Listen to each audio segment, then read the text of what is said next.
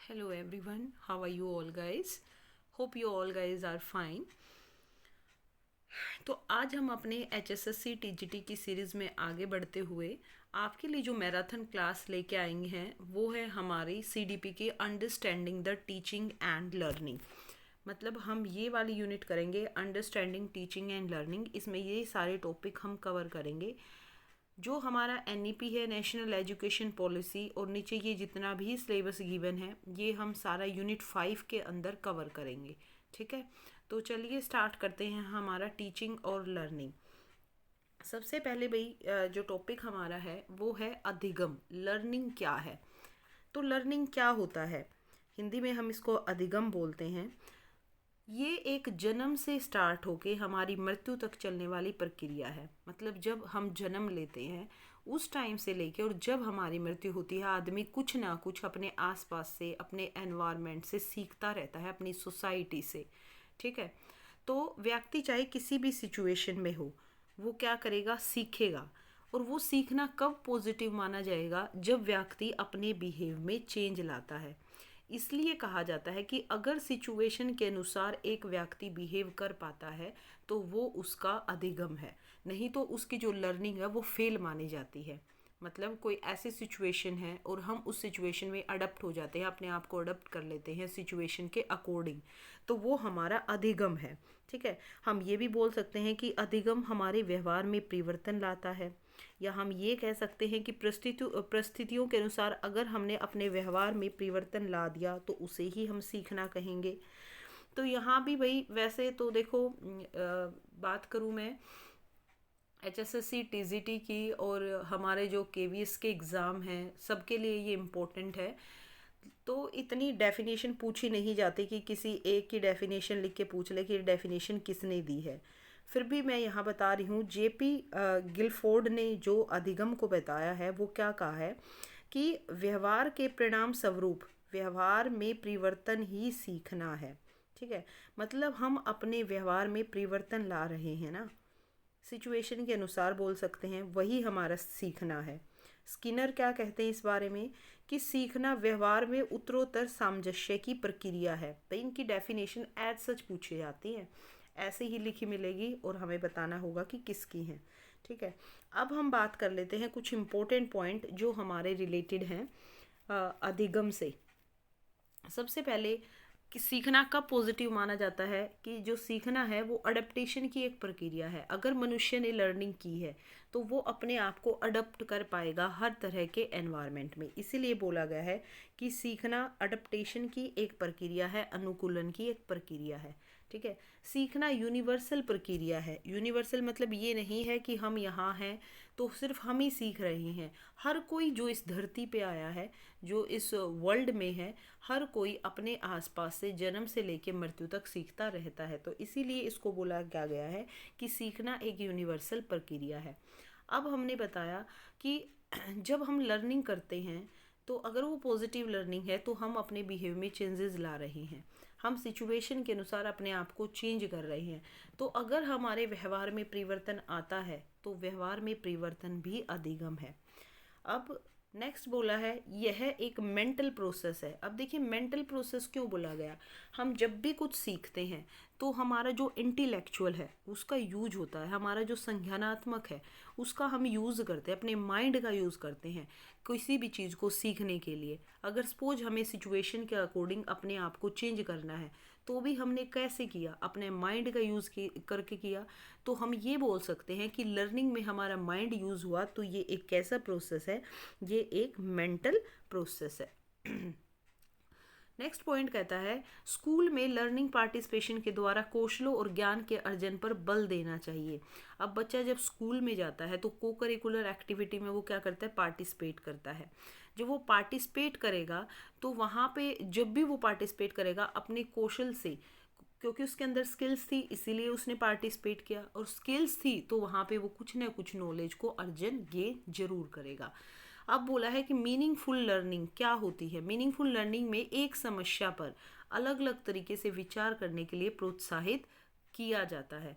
अगर learning meaningful है तो उसमें बंदा की थिंकिंग कैसी होगी, डाइवर्जेंट थिंकिंग होगी, कि अगर उनके आगे एक प्रॉब्लम है तो वो उस प्रॉब्लम को सोल्व करने के लिए अलग अलग वे से सोचेगा।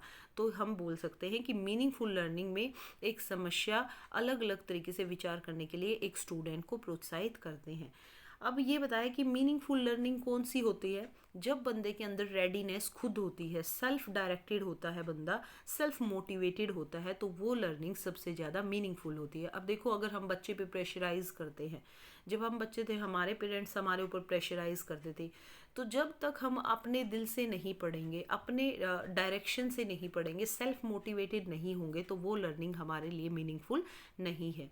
नेक्स्ट बोला है कि जो एक्सपीरियंशियल लर्निंग है, एक्सपीरियंशियल लर्निंग मतलब लर्निंग बाय डूइंग, जब बच्चा खुद एक्सपीरियंस से सीखता है, खुद करके सीखता है, तो वो लर्निंग सबसे बेस्ट होती है। अब इन्होंने ये सारे इंपॉर्टेंट है, भाई ध्यान रखना कि सीखने के लिए सामाजिक अवसरों में भागीदारी जरूर होनी चाहिए। अगर हम सोसाइटी में कोई इवेंट चल रहा है और उसमें अपनी पार्टिसिपेशन देते हैं, लोगों से मिलते जुलते हैं, तो वहाँ पे भी हमें बहुत कुछ सीखने को मिलता है। लर्निंग को हम, क्योंकि हम सामाजिक अवसरों से सीख रहे हैं, तो हम इसको एक सोशल प्रोसेस भी बोल सकते हैं। ठीक है। मीनिंगफुल लर्निंग में क्या होगा, एनालिसिस होगा, एक विश्लेषण करेगा बच्चा, क्रिटिकल थिंकिंग यूज़ करेगा। ठीक है। और प्रॉब्लम सॉल्विंग शामिल है, और प्रॉब्लम को सोल्व करेगा। अब देखो, जब उसकी डाइवर्जेंट थिंकिंग होगा, मतलब डाइवर्जेंट में क्या होता है, एक पर्टिकुलर समस्या को, एक पर्टिकुलर प्रॉब्लम को बच्चे ने अलग अलग वे से सोचा और उसके सॉल्यूशन निकाले। क्रिटिकल थिंकिंग होता है कि जब एक बच्चे के आगे, सपोज हम बोलें कि हमारी सोसाइटी के अंदर जो ड्यूरी सिस्टम है ना, तो वो क्या है, वो खराब है, ये प्रथा एक खराब प्रथा है, तो हमारे बच्चे ना उसको क्रिटिकली सोचे और वो बोलने में रेडी हों, हाँ this is a bad system, this is a bad system in our society. अगर हमने उनकी वॉइस को, उनकी पॉजिटिव वॉइस को आवाज़ दे दी, तो वहाँ पे बच्चे का क्या होता है, बच्चे को मोटिवेशन मिलता है और वो आगे हर प्रॉब्लम को ऐसे ही क्रिटिकली थिंक करता है और अपनी सोसाइटी में अवेयरनेस लेके आता है। ठीक है। तो ये सारा किससे रिलेटेड है भाई, सारा हमारा लर्निंग से रिलेटेड है। होप सो सभी को समझ आया होगा। अब जो अधिगम है, देखो ये तो मैं पहले भी बता चुकी हूँ भाई, सकारात्मक भी हो सकता है, नकारात्मक भी हो सकता है। सकारात्मक हम उसको कब बोलेंगे, अधिगम को हम उसको सकारात्मक बोलेंगे जब एक बच्चा सिचुएशन के अकॉर्डिंग अपने व्यवहार में चेंजेस लेके आ रहा है, तो सकारात्मक है। अगर वो नहीं ले पाया तो उसका सीखना नकारात्मक है। ठीक है। सहज क्रिया है एक अधिगम, कुछ और पॉइंट मैं बता रही हूँ, नोट डाउन आप कर सकते हैं। यह एक सहज प्रक्रिया है, सहज क्रिया हम इसको बोल सकते हैं। ठीक है। अधिगम के लिए व्यक्ति को अपने आप से ही प्रयास करना पड़ता है। अब सीखता कैसे है, एक अधिगम के पक्ष अगर हम बात करें तो 3 पक्ष होते हैं अधिगम के। एक होता है क्रियात्मक पक्ष। क्रियात्मक पक्ष में क्या करेगा, बच्चा क्रिया करके सीखेगा। एक होता है भाई भावनात्मक पक्ष, स्पेस नहीं है, भावनात्मक पक्ष। भावनात्मक पक्ष में बच्चा भावनाओं से सीखेगा। एक होता है संज्ञानात्मक पक्ष। संज्ञानात्मक पक्ष में बच्चा ज्ञान के द्वारा सीखेगा। ठीक है। ये 3 पक्ष होते हैं, तो आपको ध्यान रखना है, क्रियात्मक, भावनात्मक और संज्ञानात्मक। अब हम स्टडी करते हैं कर्व ऑफ लर्निंग। ठीक है। होप सो यहाँ तक सभी को समझ आया होगा। कर्व देखते हैं। अब देखो कर्व है क्या, कर्व ऑफ लर्निंग को हिंदी में क्या बोलेंगे भाई हम, अधिगम वक्र। क्या बोलेंगे, अधिगम वक्र। जब अधिगम की मात्रा, प्रभाव, क्षमता आदि को ग्राफ से शो किया जाए तो उसे अधिगम वक्र कहते हैं। मतलब हमारी लर्निंग जो ज़्यादा हुई है, उसका प्रभाव इंक्रीज हुआ है, डिक्रीज हुआ है, एक बच्चे के अंदर कितनी पोटेंशियलिटी है। तो जब हम इन सारी चीज़ों को, जब एक लर्निंग की इन सारी चीज़ों को हम एक ग्राफ से दिखा दें, तो उसी को हम कर्व ऑफ लर्निंग बोल देते हैं, अधिगम वक्र बोल देते हैं। ठीक है। उस कर्व से हम क्या शो करते हैं कि कितना अधिक हमारा अधिगम हुआ है, कितना कम हुआ है, या फिर हमारा अधिगम 0 है। ये सारी चीज़ें हम कर्व से शो करते हैं। सबसे पहले देखिए यहाँ पे जो कर्व है वो है हमारी straight line curve. Straight line curve को हिंदी में बोला जाता है सरल रेखीय कर्व। अब इसमें देखो एक कर्व दिखाई है, यहाँ यहाँ हमने मेंशन किया है एक्स एक्सिस पे हमारा है अभ्यास प्रैक्टिस, और यहाँ हमारी है सीखने की गति की, हमारी लर्निंग की स्पीड क्या है। अब स्ट्रेट लाइन क्या शो कर रही है, स्ट्रेट लाइन ये शो करती है कि जो एक विद्यार्थी की, एक स्टूडेंट की जो सीखने की गति है वो हमेशा कैसी रहती है, वो अभ्यास करता रहता है तो उसकी सीखने की गति स्ट्रेट लाइन शो करती है, एक जैसी ही रहती है। होप सो सबको समझ आया होगा। नेक्स्ट देखिए हमारा, नेक्स्ट है हमारा इलिवेशन कर्व। इलिवेशन कर्व को हम बोलते हैं भाई उन्नतोदार अधिगम वक्र। हिंदी मेरी भी थोड़ी टाइट है। उन्नतोदार अधिगम वक्र हम इसको बोलते हैं। ये वक्र ये नहीं है भाई, ये गलत है, ये हमारा करेक्ट रहेगा। यहाँ पे अभ्यास है, यहाँ पे सीखने की गति है। तो ये क्या शो कर रहा है कि पहले सीखने की गति तेज होती है और हाईएस्ट पॉइंट तक जाके सीखने की गति धीमी हो जाती है। मतलब जैसे जैसे हम यहाँ जाते हैं, यहाँ से यहाँ गए, हमारी सीखने की गति तेज है, पीक पॉइंट तक हम जा रहे हैं, लेकिन जैसे ये तेज हुई ना हम वापस डिक्रीज कर जाते हैं, लास्ट में जाके हाईएस्ट पॉइंट तक जाके हमारी सीखने की गति धीमी हो जाती है। ये हमारा एलिवेशन कर्व बताती है, जो कि ऐसे मुड़ेगी, पहले हाईएस्ट पीक पॉइंट तक जाएगी और फिर एकदम से टर्न कर जाएगी। नेक्स्ट देखिए concave learning curve. Concave learning curve को हम धनात्मक अधिगम वक्र भी बोल सकते हैं भाई, और नतोदार भी बोल सकते हैं। आप हिंदी वाले स्टूडेंट इसको देख लेना। तो कनकेव में देखो, जैसे केव, केव का मतलब होता है गुफा, गुफा मतलब अंदर की तरफ बनेगी, ठीक है, ऐसे आप याद रख सकते हो केव, ठीक है, केव मतलब अंदर की तरफ। तो ये कर्व क्या बताती है, ये एक ऐसा वक्र है जिसमें जो अधिगम की दर होती है ना, प्रारंभ में धीमी होती है, पहले तो देखो कम होती है, और फिर क्या हो जाती है, बाद में तीव्र हो जाती है, ठीक है, इंक्रीज हो जाती है। क्लियर है। जैसे अगर हम इसका एक एग्जांपल ले कनकेव लर्निंग कर्व का, जैसे कीबोर्ड पर जब हम टाइप करते हैं, टाइपिंग सीखते समय जब हम कीबोर्ड पर टाइपिंग करते हैं, तो कीबोर्ड पर टाइपिंग करते टाइम हमारी फर्स्ट जो स्पीड होती है ना, बिल्कुल क्या होती है, धीमी हो जाती है, धीमी होती है, और बाद में अगर हम प्रैक्टिस करते रहते हैं, ये प्रैक्टिस आएगा, ये स्पीड आएगा, तो जब हम प्रैक्टिस करते रहते हैं तो हमारी स्पीड क्या हो जाती है, हाई हो जाती है, तेज हो जाती है। तो ये कनकेव लर्निंग कर्व का एग्जाम्पल हो सकता है। नेक्स्ट देखिए यहाँ पे दिखाई है मिश्रित अधिगम कर्व। मिश्रित अधिगम कर्व में ऐसे कर्व थोड़ी सी ऐसी जाती है, फिर प्लेटो आ जाता है, एक पठार आ जाता है। इस ये कहते हैं, ये कर्व बताती है कि अधिगम की गति शुरू में भी तेज धीमी हो सकती है और अंत में भी, मतलब स्टार्टिंग में भी हो सकती है भाई, कभी तेज कभी धीमी, और ऐसा ही अंत में होता है। तो ये जो दो ऊपर वाली कर्व हमने पढ़ी है ना, दोनों का मिला जुला रूप मिश्रित में होता है। एक और होती है, याद आपको रखना है, कन्वेक्स। देखिए मैं यहाँ बना देती हूँ, कन्वेक्स एक कर्व भी होती है। कन्वेक्स कर्व को हम बोलते हैं ऋणात्मक अधिगम वक्र। जैसे कनकेव में हमारी ऐसे केव बनी ना, उसमें क्या होगा, अपोजिट हो जाएगा, कन्वेक्स में ऐसे बैक साइड प्लेन आएगी। तो इसमें क्या होता है, जो ऋणात्मक हमारा अधिगम वक्र है, जो ये हम बात कर रहे हैं, इसमें क्या होगा भाई, ये एक ऐसा अधिगम वक्र होता है जिसमें जो अधिगम की दर है प्रारंभ में तो तीव्र होगी, पहले तो तेज होगी, ऊपर तक जाएगा, और फिर क्या आ जाएगी, हमारा नीचे की तरफ आ जाएगी। इसी को हम क्या बोलते हैं, इसी को हम एलिवेशन बोलते हैं, जो हमने ऊपर पढ़ा था, ठीक है। इसको आप एलिवेशन भी बोल सकते हो, इसको आप कन्वेक्स भी बोल सकते हो, तो ध्यान रखना है आपने। होप सो यहाँ तक सबको समझ आया होगा। नेक्स्ट हम मूव करते हैं भाई, अधिगम पठार क्या होता है। अधिगम पठार को इंग्लिश में बोला जाता है लर्निंग प्लेट्यू, ठीक है। अधिगम पठार में क्या आता है, मतलब जब हम लर्निंग कर रहे होते हैं ना, जब हम पढ़ रहे होते हैं, अधिगम कर रहे होते हैं, तो कुछ ऐसी सिचुएशन आ जाती है कि हमारे वक्र में, जो ये वक्र हम स्टडी कर रहे थे, उसमें स्थिरता आ जाती है। मान लिया हम पढ़ रहे हैं ऐसे, और फिर एकदम से ऐसे स्थिरता आ जाएगी, ठीक है। मतलब ना तो अधिगम वक्र में चढ़ाव आएगा और ना ही वो घटेगा, मतलब ना तो ये कर्व ऐसे ऊपर जाएगी ना ही ये नीचे जाएगी, बस एक ऐसा स्थिर हो जाएगी, स्टेशनरी हो जाएगी। उसी को हम अधिगम पठार कहते हैं, ठीक है। इसी को बोला जाता है अधिगम पठार, कि ना तो हमारी कर्व ऊपर जा रही है ना नीचे आ रही है, बस ये ऐसे सीधी हो गई, स्थिरता आ गई। वो स्थिरता भाई किसी भी सिचुएशन की वजह से आ सकती है। सपोज हमारी बॉडी में कोई डिजीज़ है, उस वजह से हम नहीं कर पा रहे, और जो हमने याद किया था हमारे पास उतनी ही नॉलेज है, तो कोई भी सिचुएशन ऐसी आ सकती है, तो उसकी वजह से लर्निंग में प्लेट्यू आ जाता है, अधिगम पठार आ जाता है।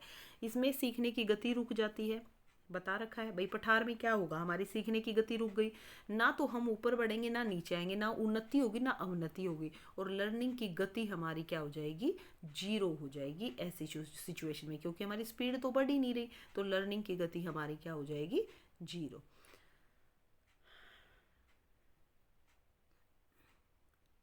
अब देखिए हम पढ़ते हैं कुछ जो टीचिंग लर्निंग थ्योरी हैं वो हम स्टडी करेंगे भाई। इसके बाद सबसे पहले हम यहाँ स्टडी कर रहे हैं बिहेवियरिज्म को। बिहेवियरिज्म, सॉरी स्टूडेंट, जो हमने थ्योरी पढ़ी है भाई वो अलग अलग कैटेगरी में आती हैं। बिहेवियरिज्म में आती हैं, कोग्निटिविज्म में आती हैं, सोशल थ्योरी है। तो अलग अलग हमारे साइकोलॉजिस्ट ने, साइंटिस्ट ने यहाँ पे अपनी अपनी थ्योरी दी हैं। तो अब सबसे पहले हम ये देखेंगे कौन सी थ्योरी हमारी बिहेवियरिज्म के अंदर आती हैं, उनको हम स्टडी करेंगे। अब देखिए बिहेवियरिज्म क्या मानता है, व्यवहारवाद की अवधारणा मानव व्यवहार से संबंधित है। मानव व्यवहार को ये शो करते हैं। In behaviourism we learn how to behave, यहाँ से हमें पता चलता है कि कैसे हमें बिहेव करना है। सबसे इम्पोर्टेंट क्वेश्चन जो यहाँ पे पूछा जाता है कि बिहेवियरिज्म का फादर कौन है, तो भाई बिहेवियरिज्म का फादर हमारा J.B. वॉटसन, इसका आपको याद रखना है। अब हम जो इसमें हमारी पहली थ्योरी है, पहली जो थ्योरी थी वो थी हमारी ट्रायल एंड एरर थ्योरी, जो इसके अंदर आती है। थॉर्नडाइक का प्रयास एवं त्रुटि का सिद्धांत, हमें ये भी पता होना चाहिए ट्रायल और एरर थ्योरी किसने दी थी, ये हमारे थॉर्नडाइक ने दी थी। थ्योरी ऑफ क्लासिकल कंडीशनिंग, ये हमारी पावलव ने दी थी, पावलव एक साइंटिस्ट था भाई। थ्योरी ऑफ ऑपरेंट कंडीशनिंग, ये हमारी स्किनर ने दी थी। तो हमें पता होना चाहिए ये सारे व्यवहारवादी थे। कई बार क्वेश्चन में ये पूछ लिया जाता है, चार का नाम देखे कि इनमें से व्यवहारवादी कौन था, तो ये तो बड़े व्यवहारवादी थे, आपको याद रखना, बिहेवियरिस्ट थे। किसने दी थी, trial error Thorndike, classical conditioning पावलव, और ऑपरेंट कंडीशनिंग हमारी स्किनर ने दी थी। अब वाटसन के अनुसार, J.B. वाटसन जो कि हमारा व्यवहारवाद का जनक माना जाता है, वो क्या मानते थे कि जो हमारा व्यवहार है ना, व्यवहार का विज्ञान है, मनोविज्ञान किसको मानते थे, साइकोलॉजी को वो क्या मानते थे कि व्यवहार का विज्ञान ही मनोविज्ञान है। वाटसन का व्यवहारवादी सिद्धांत क्या कहता है, अभी पढ़ा था हमने, व्यवहारवाद के जनक J.B. वाटसन कहाँ के थे भाई, अमेरिका के साइंटिस्ट थे।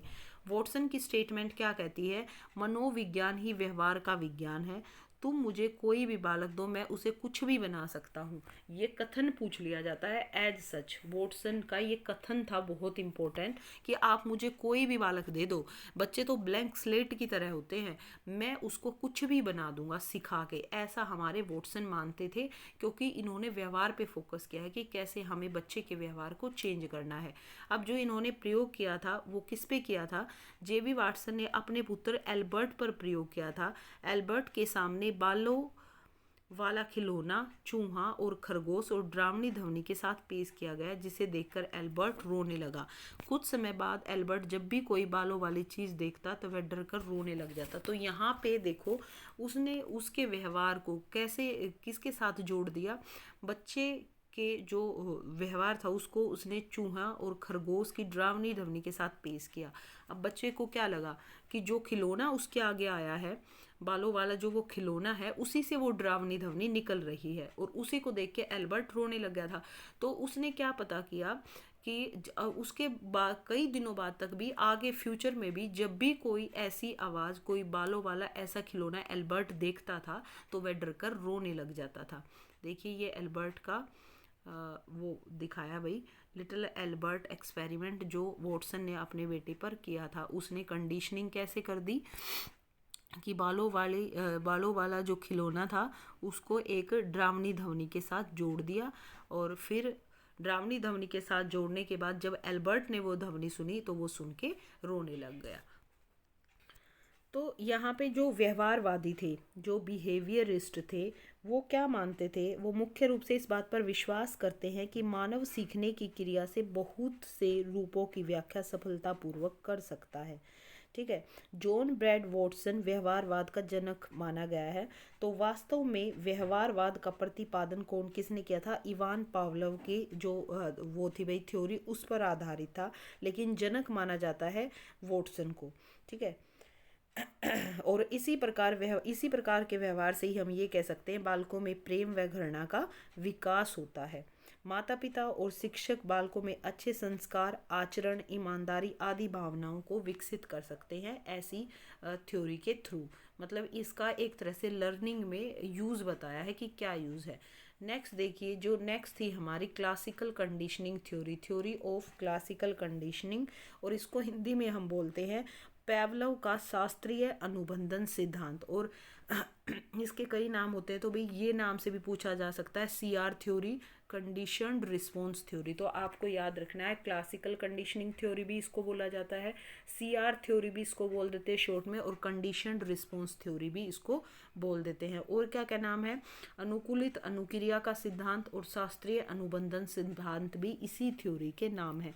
तो कई बार तो क्वेश्चन नाम से ही पूछ लिया जाता है कि इस थ्योरी का दूसरा नाम बताइए। अब देखिए, जो जनक था भाई इस थ्योरी का, वो कौन था, IP पावलव, रूसी वैज्ञानिक थे। उन्होंने ये थ्योरी दी थी, इवान पावलव। और उनको 1904 में पूछ लिया जाता है, इनको नोबेल प्राइज़ मिला था, तो वो नोबेल प्राइज़ कौन से ईयर में दिया गया था, क्योंकि ये एक साइंटिस्ट थे, ठीक है, और डाइजेस्टिव सिस्टम पे ये काम करते थे, तो 1904 में इनको नोबेल प्राइज़ दिया गया था। फादर ऑफ कंडीशनिंग, अब फादर ऑफ कंडीशनिंग किसको माना जाता है, पावलव को माना जाता है। अब इनका प्रयोग था, ये पूछ लिया जाता है कि कौन से एनिमल पे इन्होंने प्रयोग किया था, तो कुत्ते की पैरोटिड ग्रंथि, एक ग्लैंड होती है हमारी बॉडी के अंदर, उस पर इन्होंने प्रयोग किया था। अब देखिए, इनका एक्सपेरिमेंट क्या था, एक्सपेरिमेंट था कि इन्होंने कुत्ते को भाई एक जगह प्रयोग, एक मिनट भाई, इन्होंने अपना प्रयोग कुत्ते पर किया। फर्स्ट स्टेज में इन्होंने क्या किया, कुत्ते को खाना देते समय घंटी बजाई थी। जब कुत्ते को उन्होंने खाना दिया तो घंटी बजाई गई, और खाना देखकर कुत्ते को क्या आ गई, लार आ गई। सेकंड स्टेज में फिर क्या हुआ, उन्होंने कुछ परिवर्तन किया, घंटी बजाई गई लेकिन खाना नहीं दिया। लेकिन हुआ क्या, घंटी तो बजाई तो कुत्ते के मुंह में तो लार आएगी, लेकिन उस टाइम पे खाना नहीं दिया गया, बट सिर्फ घंटी की आवाज़ से ही कुत्ते के मुंह में लार उतनी ही आई जितनी पहले आई थी। ठीक है, अब उन्होंने, भोजन क्या था हमारा, अब यहाँ से देखो ध्यान से समझना, भोजन हमारा अनकंडीशनड स्टिमुलस था, मतलब इसमें कोई कंडीशन नहीं थी। भाई भोजन को देखेंगे तो किसी के मुंह में भी लार आएगी, तो ये प्राकृतिक उद्दीपन था, अनकंडीशन था, इसमें कोई कंडीशन जोड़ी नहीं गई थी, तो कुत्ते को क्या आई थी, लार आई थी। लेकिन अब इसी अनकंडीशन स्टिमुलस को एक कंडीशन के साथ जोड़ दिया। अब वो कंडीशन क्या थी, कंडीशन स्टिमुलस क्या था, घंटी थी। इसको बोला गया, क्योंकि यहाँ कंडीशन रख दी, घंटी जोड़ दी एक्स्ट्रा, इसको बोला जाएगा हिंदी में कृत्रिम उद्दीपन। तो जब खाली भोजन दिया तो भी कुत्ते को लार आई, और जब उस भोजन को घंटी के साथ जोड़ा गया तो भी कुत्ते को लार आई। तो मतलब दोनों की कंडीशनिंग हो, भोजन को किसके साथ जोड़ दिया, घंटी के साथ जोड़ने के बाद जो रिस्पॉन्स आया वो भी क्या आया, यूसीआर मतलब अनकंडीशनड रिस्पॉन्स, और अनकंडीशनड रिस्पॉन्स क्या था, लार। ठीक है, घंटी से लार ये एक कंडीशनड रिस्पॉन्स था। घंटी से भी लार आ गई तो ये एक कंडीशनड रिस्पॉन्स था, कि सिर्फ घंटी बजाई और लार आ गई। तो यहाँ पे कंडीशनड है ना, कंडीशनड स्टिमुलस है, और कंडीशनड स्टिमुलस से भी लार आ गई, तो ये रिस्पॉन्स कैसा हुआ, कंडीशनड रिस्पॉन्स। और क्योंकि यहाँ पे भोजन भी था, अनकंडीशन के साथ कंडीशन जोड़ा था, तो यहाँ पे जो लार आई इसको क्या बोला गया, अनकंडीशन रिस्पॉन्स। अब यहाँ देखिए, ये अनकंडीशन स्टिमुलस है, और बेल हमारा कंडीशनड स्टिमुलस है। ठीक है, फर्स्ट केस में भोजन दिया गया तो भी इसको लार आई। सेकंड में क्या किया गया, सिर्फ घंटी बजाई गई, और घंटी बजने की आवाज़ से भी इसको क्या आई, लार आई। ठीक है भाई, और थर्ड केस में दोनों चीज़ें एक साथ लाई गई तो भी लार आई, और फिर एक साथ लाने के बाद उसके बाद फिर अकेली घंटी बजाई गई तो भी लार आई। तो ये हमारा अनकंडीशनड रिस्पॉन्स था, और ये हमारा कंडीशनड रिस्पॉन्स था। कि भाई देखिए, अनकंडीशनड क्यों था, क्योंकि यहाँ पे भोजन था साथ में, भोजन के साथ हमने घंटी को जोड़ा था, तो वो अनकंडीशनड रिस्पॉन्स डॉग ने दिया कि उसने लार दिखाई। लेकिन जब हमने भोजन ना देके सिर्फ कंडीशन डाली, सिर्फ घंटी बजाई, तो भी एक डॉग का रिस्पॉन्स कैसा था, कंडीशनड रिस्पॉन्स था, लार वहाँ पे भी आई। ठीक है, तो ये हमारा पावलोव का प्रयोग था। अब इसके अन्य नाम मैं बता चुकी हूँ भाई। शास्त्रीय अनुबंधन का सिद्धांत भी इसे बोला जाता है। संबंध प्रत्यावर्तन का सिद्धांत भी इसको बोला जाता है। प्राचीन अनुबंधन का सिद्धांत भी बोलते हैं और सहज अनुबंधन का सिद्धांत भी इसी को बोला जाता है। तो ये आपको याद रखना है। तो यहाँ से जो निष्कर्ष निकाला गया, नोट क्या था, निष्कर्ष क्या निकला, इस प्रयोग में पावलोव ने निष्कर्ष निकाला कि कुत्ते ने घंटी की आवाज़ को लार के आने से अनुबंधित कर लिया है। मतलब कुत्ते ने जो घंटी की आवाज़ आ रही थी ना, उसको सुनते ही कुत्ता क्या कर रहा था, लार मुंह से निकाल रहा था। ठीक है, ये इन्होंने यहाँ पे निष्कर्ष निकाला था। और कुछ भाई अब इम्पोर्टेंट टर्म यहाँ पे पूछ ली जाती हैं। एक तो एक्सटिंक्शन पूछी जाती है कि एक्सटिंक्शन क्या होता है इस थ्योरी के रिगार्डिंग। तो एक्सटिंक्शन क्या होता है, एक्सटिंक्शन होता है कि आप अगर सिर्फ घंटी बजाओगे, मान लिया आज आपने घंटी बजाई और डॉगी को खाना नहीं दिया, कल घंटी बजाई और खाना नहीं दिया, तो एक टाइम पे जो ये डॉग है ये क्या सोचेगा कि ये सिर्फ घंटी बजा रहे हैं और खाना मेरे को नहीं दे रहे, तो उसके मुंह से लार आनी बंद हो जाएगी। वो जो रिस्पॉन्स वो कर रहा था ना, जो कंडीशनड रिस्पॉन्स आ रहा था, वो आना बंद हो जाएगा और इसी को क्या बोला जाता है, एक्सटिंक्शन बोला जाता है। एक यहाँ पे इम्पोर्टेंट टर्म जो पूछी जाती है भाई वो है जनरलाइजेशन। जनरलाइजेशन का मतलब है कि अगर आप ने एक दिन एक घंटी बजाई और उसके साथ डॉग को खाना दिया, दूसरे दिन उसी तरह की कई घंटियाँ आपने बजा दी, लेकिन फिर भी डॉग क्या करेगा, कुछ दिनों के बाद, दूसरे दिन की तो हम बात नहीं कर सकते, कुछ दिनों के बाद जो डॉग है वो जनरलाइज करना सीख जाएगा कि कौन सी घंटी के आवाज़ के साथ मेरे को खाना दिया जा रहा है। तो ये जनरलाइजेशन ये डॉग करना सीख जाता है और इसी को हम क्या बोलते हैं, यही हमारा है भाई generalisation.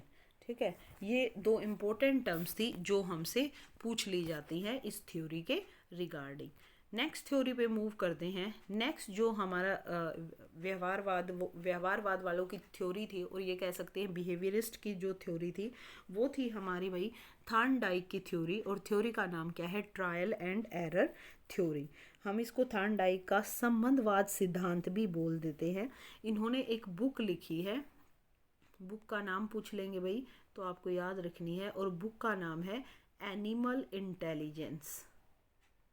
Note down, animal intelligence, ये बुक आपको याद रखनी है। अब देखिए इसके नाम बहुत ज़्यादा हैं, सारे नाम आपको if you have pen and copy तो you can write down in your notebook. प्रयास या भूल का सिद्धांत हम इसको बोलते हैं। प्रयत्न या त्रुटि का सिद्धांत भी इसको बोला जाता है। जैसे उसको सीआर थ्योरी बोला गया है, इसको एसआर थ्योरी के नाम से भी जाना जाता है। इसको हम भाई कनेक्शनिज्म थ्योरी के नाम से भी जानते हैं। कनेक्शनिज्म अगर इंग्लिश में हम बात करें तो संबंधवाद हिंदी में, और इंग्लिश में कनेक्शनिज्म। इसको हम थ्योरी ऑफ फ्रीक्वेंसी भी बोलते हैं और इसको हम थ्योरी ऑफ सिलेक्शन भी बोलते हैं। तो ये सारे नाम आपने याद रखने हैं, ये इस थ्योरी के दूसरे नाम हैं। अब ये थ्योरी दी किसने थी, इसके प्रोड्यूसर कौन थे भाई उस टाइम पे, थॉर्नडाइक थे। ठीक है, थॉर्नडाइक एक अमेरिकी वैज्ञानिक थे, ये आपको ध्यान रखना है कि ये एक अमेरिकी वैज्ञानिक थे। इस सिद्धांत के अनुसार अगर किसी की उत्तेजना मतलब स्टिमुलस बढ़ा दे तो वह उसके प्रति अनुक्रिया रिस्पॉन्स करेगा, और वह जब बार बार रिस्पॉन्स करेगा तो वह कुछ ना कुछ सीखेगा। मतलब जैसे उनका फोकस क्या किस पे था भाई, स्टिमुलस पे फोकस था। किसका, इवान पावलोव का स्टिमुलस पे फोकस था। इस थ्योरी में थॉर्नडाइक का फोकस रिस्पॉन्स पे था कि अगर एक बंदे को कुछ सीखना है ना तो उसके आगे कोई स्टिमुलस रख दो, उस स्टिमुलस को पाने के लिए वो बंदा बार बार अनुक्रिया करेगा, रिस्पॉन्स करेगा, और जब वो बार बार रिस्पॉन्स करेगा, ट्राई करेगा, गलतियां करेगा, फिर ट्राई करेगा, फिर गलतियां करेगा, लेकिन एट लीस्ट वो ऐसा रिस्पॉन्स करेगा कि वो अपने स्टिमुलस को अचीव कर लेगा। तो यही मेन था इसकी थ्योरी का। यह सिद्धांत हमें सिखाता है कि जब हम प्रयास करेंगे तो गलतियां तो होंगी, लेकिन वो गलतियां ही हमारे लिए मोटिवेशन होगी। उन गलतियों से हम बार बार रिस्पॉन्स करेंगे और अंत में हम अपने लक्ष्य तक पहुंच जाएंगे, यानी हम सीख जाएंगे। अब इसका प्रयोग क्या था, थॉर्नडाइक ने क्या किया था भाई, जैसे वहाँ पे इवान पावलोव ने डॉग पे एक्सपेरिमेंट किया था, थॉर्नडाइक ने एक पिंजरे में भूखी बिल्ली को बंद कर दिया और बाहर एक मरी हुई मछली रख दी। ठीक है, एक पिंजरे में उन्होंने एक बिल्ली को डाल दिया। एक सही, यहाँ देखिए, ये पिंजरे में ये एक बिल्ली है, इन्होंने पिंजरे में इस बिल्ली को रख दिया और बाहर क्या रख दी, एक मछली रख दी या मांस रख दिया, हम ये बोल सकते हैं। अब ये जो मांस है ये इस बिल्ली के लिए कैसा काम कर रहा है, एक स्टिमुलस दे दिया ना इसको, मतलब स्टिमुलस दिखा दिया। तो अब ये क्या करेगी, इसको पाने के लिए बार बार प्रयत्न करेगी। अब इस पिंजरे में क्या लगा हुआ था, एक लेवर लगा हुआ था, लीवर कह सकते हैं भाई हम इसको, एक लीवर लगा हुआ था जहाँ से जो ये चटकनी है वो खुलनी थी। ठीक है, अब इसके पास समस्या, अब एक एनिमल में तो इतना माइंड नहीं होता भाई कि डायरेक्ट उसको पता चल जाए। अपने इस स्टिमुलस को देख के अब बिल्ली ने क्या किया, बार बार ट्राई किया, गलतियाँ की, मतलब इसने रिस्पॉन्स किया अपने हाथों से, पैरों से, अपने हिंड लिम से, फोर लिम से, ये रिस्पॉन्स करती रही और एट लास्ट ये लेवर इससे प्रेस हो गया, चटकनी इससे प्रेस हो गई और जैसे ये प्रेस हुई दरवाज़ा खुल गया और ये अपने स्टिमुलस के पास आ गई। ठीक है, तो इसी को हम क्या बोलते हैं, प्रयत्न और भूल का सिद्धांत। यहाँ से आप पढ़ सकते हो, एक मरी मछली को रख दिया था पिंजरे में, पिंजरे में एक लीवर लगा होता है जिस पर पैर पड़ने पर गेट खुल जाता है।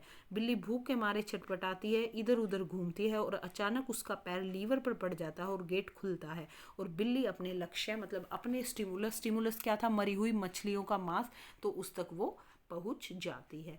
तो ये हमारी थॉर्नडाइक का नियम, थॉर्नडाइक ने ये इस तरीके से एक्सपेरिमेंट किया था। अब थॉर्नडाइक ने ना इसको एसआर बॉन्ड थ्योरी भी बोलते हैं भाई। एसआर बॉन्ड थ्योरी हम इसको क्यों बोलते हैं, क्योंकि यहाँ स्टिमुलस को रिस्पॉन्स के साथ जोड़ा गया था, क्योंकि यहाँ पे दो का जोड़ा गया है स्टिमुलस को रिस्पॉन्स के साथ, इसीलिए हम इसको कनेक्शनिज्म थ्योरी भी बोलते हैं। अब थॉर्नडाइक ने दो तरह के नियम दिए थे, एक तो थे प्राइमरी लॉ, एक थे इनके सेकेंडरी लॉ, मतलब मुख्य नियम थे और एक इनके गौण नियम थे। अब प्राइमरी लॉ क्या कहते हैं, जो फर्स्ट थ्री है भाई, अभ्यास का नियम, लॉ ऑफ एक्सरसाइज, तत्परता का नियम, लॉ ऑफ रेडीनेस, प्रभाव का नियम, लॉ ऑफ इफेक्ट, ये इनके प्राइमरी लॉ थे, प्राथमिक नियम थे। अब लॉ ऑफ एक्सरसाइज हमें क्या बताता है, यह नियम यह बताता है कि किसी काम का हम जितना अभ्यास करेंगे ना उतनी ज़्यादा हम उसे उतना ज़्यादा ही सीखेंगे। अब देखो, अगर आप HSSC TGT के लिए जितने ज़्यादा क्वेश्चन लगाओगे ना भाई, जितने ज़्यादा क्वेश्चन लगाओगे उतने एरर आप करोगे, उन एरर से आप यहीं सीख जाओगे और पेपर में आप सही आंसर क्रैक करके आओगे। लेकिन अगर आप प्रैक्टिस अब नहीं करोगे तो पेपर में वो क्वेश्चन डेफिनेटली आपके गलत होंगे, क्योंकि प्रैक्टिस तो आपने की ही नहीं। तो ये नियम हमें ये बता रहा है कि किसी काम को हम जितने अभ्यास के साथ करेंगे ना उसे हम उतना ज़्यादा ही सीखेंगे। सो नेक्स्ट थ्योरी हमारी रहेगी रॉबर्ट गैने की अधिगम सोपान की, हम इसे बोलते हैं। रॉबर्ट मिल गैने ने ये दी थी, इन्होंने एक हियरार्की दी थी भाई लर्निंग की, एक हियरार्की में लर्निंग को शो किया था, जो कि हमारी यहाँ से स्टार्ट होके यहाँ पे ख़त्म होती है। तो हम इस डायग्राम के थ्रू ही समझेंगे। एक तो सबसे पहले आप इनकी एक जो इम्पोर्टेंट बुक है उसका नेम नोट डाउन कीजिए। बुक का नेम है द कंडीशन ऑफ लर्निंग, जो कि रॉबर्ट गैने की बुक थी और इसी में इन्होंने इस सोपानकी के बारे में भी एक्सप्लेन किया है। तो ये है कंडीशन ऑफ लर्निंग, ठीक है, द कंडीशन ऑफ लर्निंग। तो रॉबर्ट जो गैने थे उन्होंने अधिगम के 8 प्रकार बताए हैं, जैसे signal learning, SR, chain learning, verbal association, discrimination, concept, rule और प्रॉब्लम सॉल्विंग। उन्होंने कहा है कि बच्चे का जो अधिगम होता है वो इन 8 लेवल से होके गुजरता है।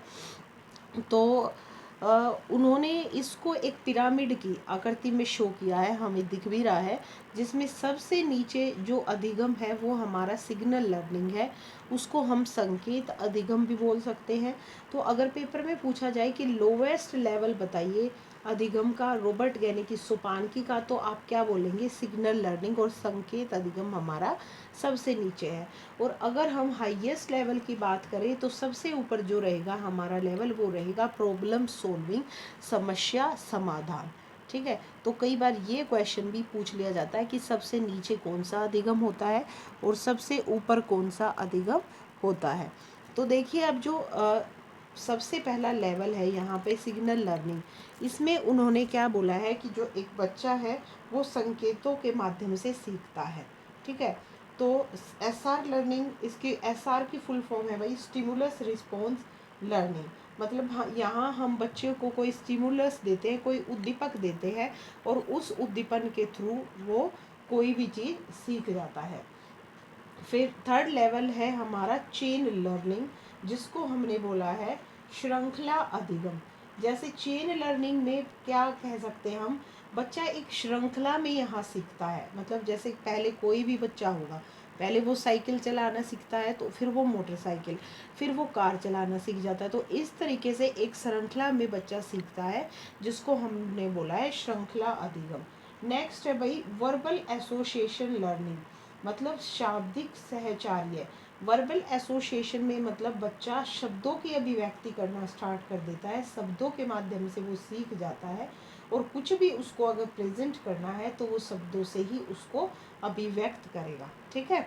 नेक्स्ट है भाई हमारा डिस्क्रिमिनेशन लर्निंग। डिस्क्रिमिनेशन जैसे विभेदात्मक, विभेदात्मक मतलब भेद करना बच्चा यहाँ पे सीख जाता है। वस्तुओं में कैसे भेद करते हैं यहाँ पे बच्चा सीख लेता है। नेक्स्ट है हमारा कंसेप्ट लर्निंग। जब उसको डिफ्रेंशिएट करना आ जाता है तो उसको चीज़ों के बारे में कंसेप्ट बनाना आ जाता है। जब कंसेप्ट बनता है तो उससे एक रूल निकलता है, और रूल निकलता है तो लास्ट में क्या होता है, कंसेप्ट वो सीख गया, नियम बनाना उसने सीख लिया, तो लास्ट में हाईएस्ट लेवल वो समस्या का समाधान करना भी सीख जाएगा। तो ये एक हम कह सकते हैं हायरार्की में रॉबर्ट गैने ने हमें 8 लेवल दिए हैं लर्निंग के, जिसको एज इट इज़ पूछ लिया जाता है। कई बार क्रम में लगाना भी पूछ लिया जाता है कि सबसे लोएस्ट क्या आएगा और हाईएस्ट क्या आएगा। तो ये आपको एज इट इज़ याद रखना है, ऐसा नहीं कि पहले SR कर लिया फिर सिग्नल कर लिया, नहीं बेटे। पहले सिग्नल लर्निंग आएगा, फिर स्टिमुलस रिस्पॉन्स, फिर चेन, फिर वर्बल एसोसिएशन, फिर डिस्क्रिमिनेशन, फिर कॉन्सेप्ट, रूल और प्रॉब्लम सॉल्विंग। तो इसी एक हायरार्की में, इसी श्रृंखला में आपको ये याद रखना है।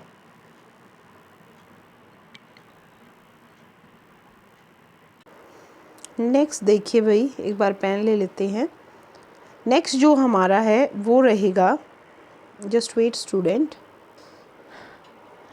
नेक्स्ट है वही जीन प्याजे का संज्ञानात्मक विकास का सिद्धांत। अब हमारे बिहेवियरिस्ट जितने थे वो ओवर हो चुके हैं।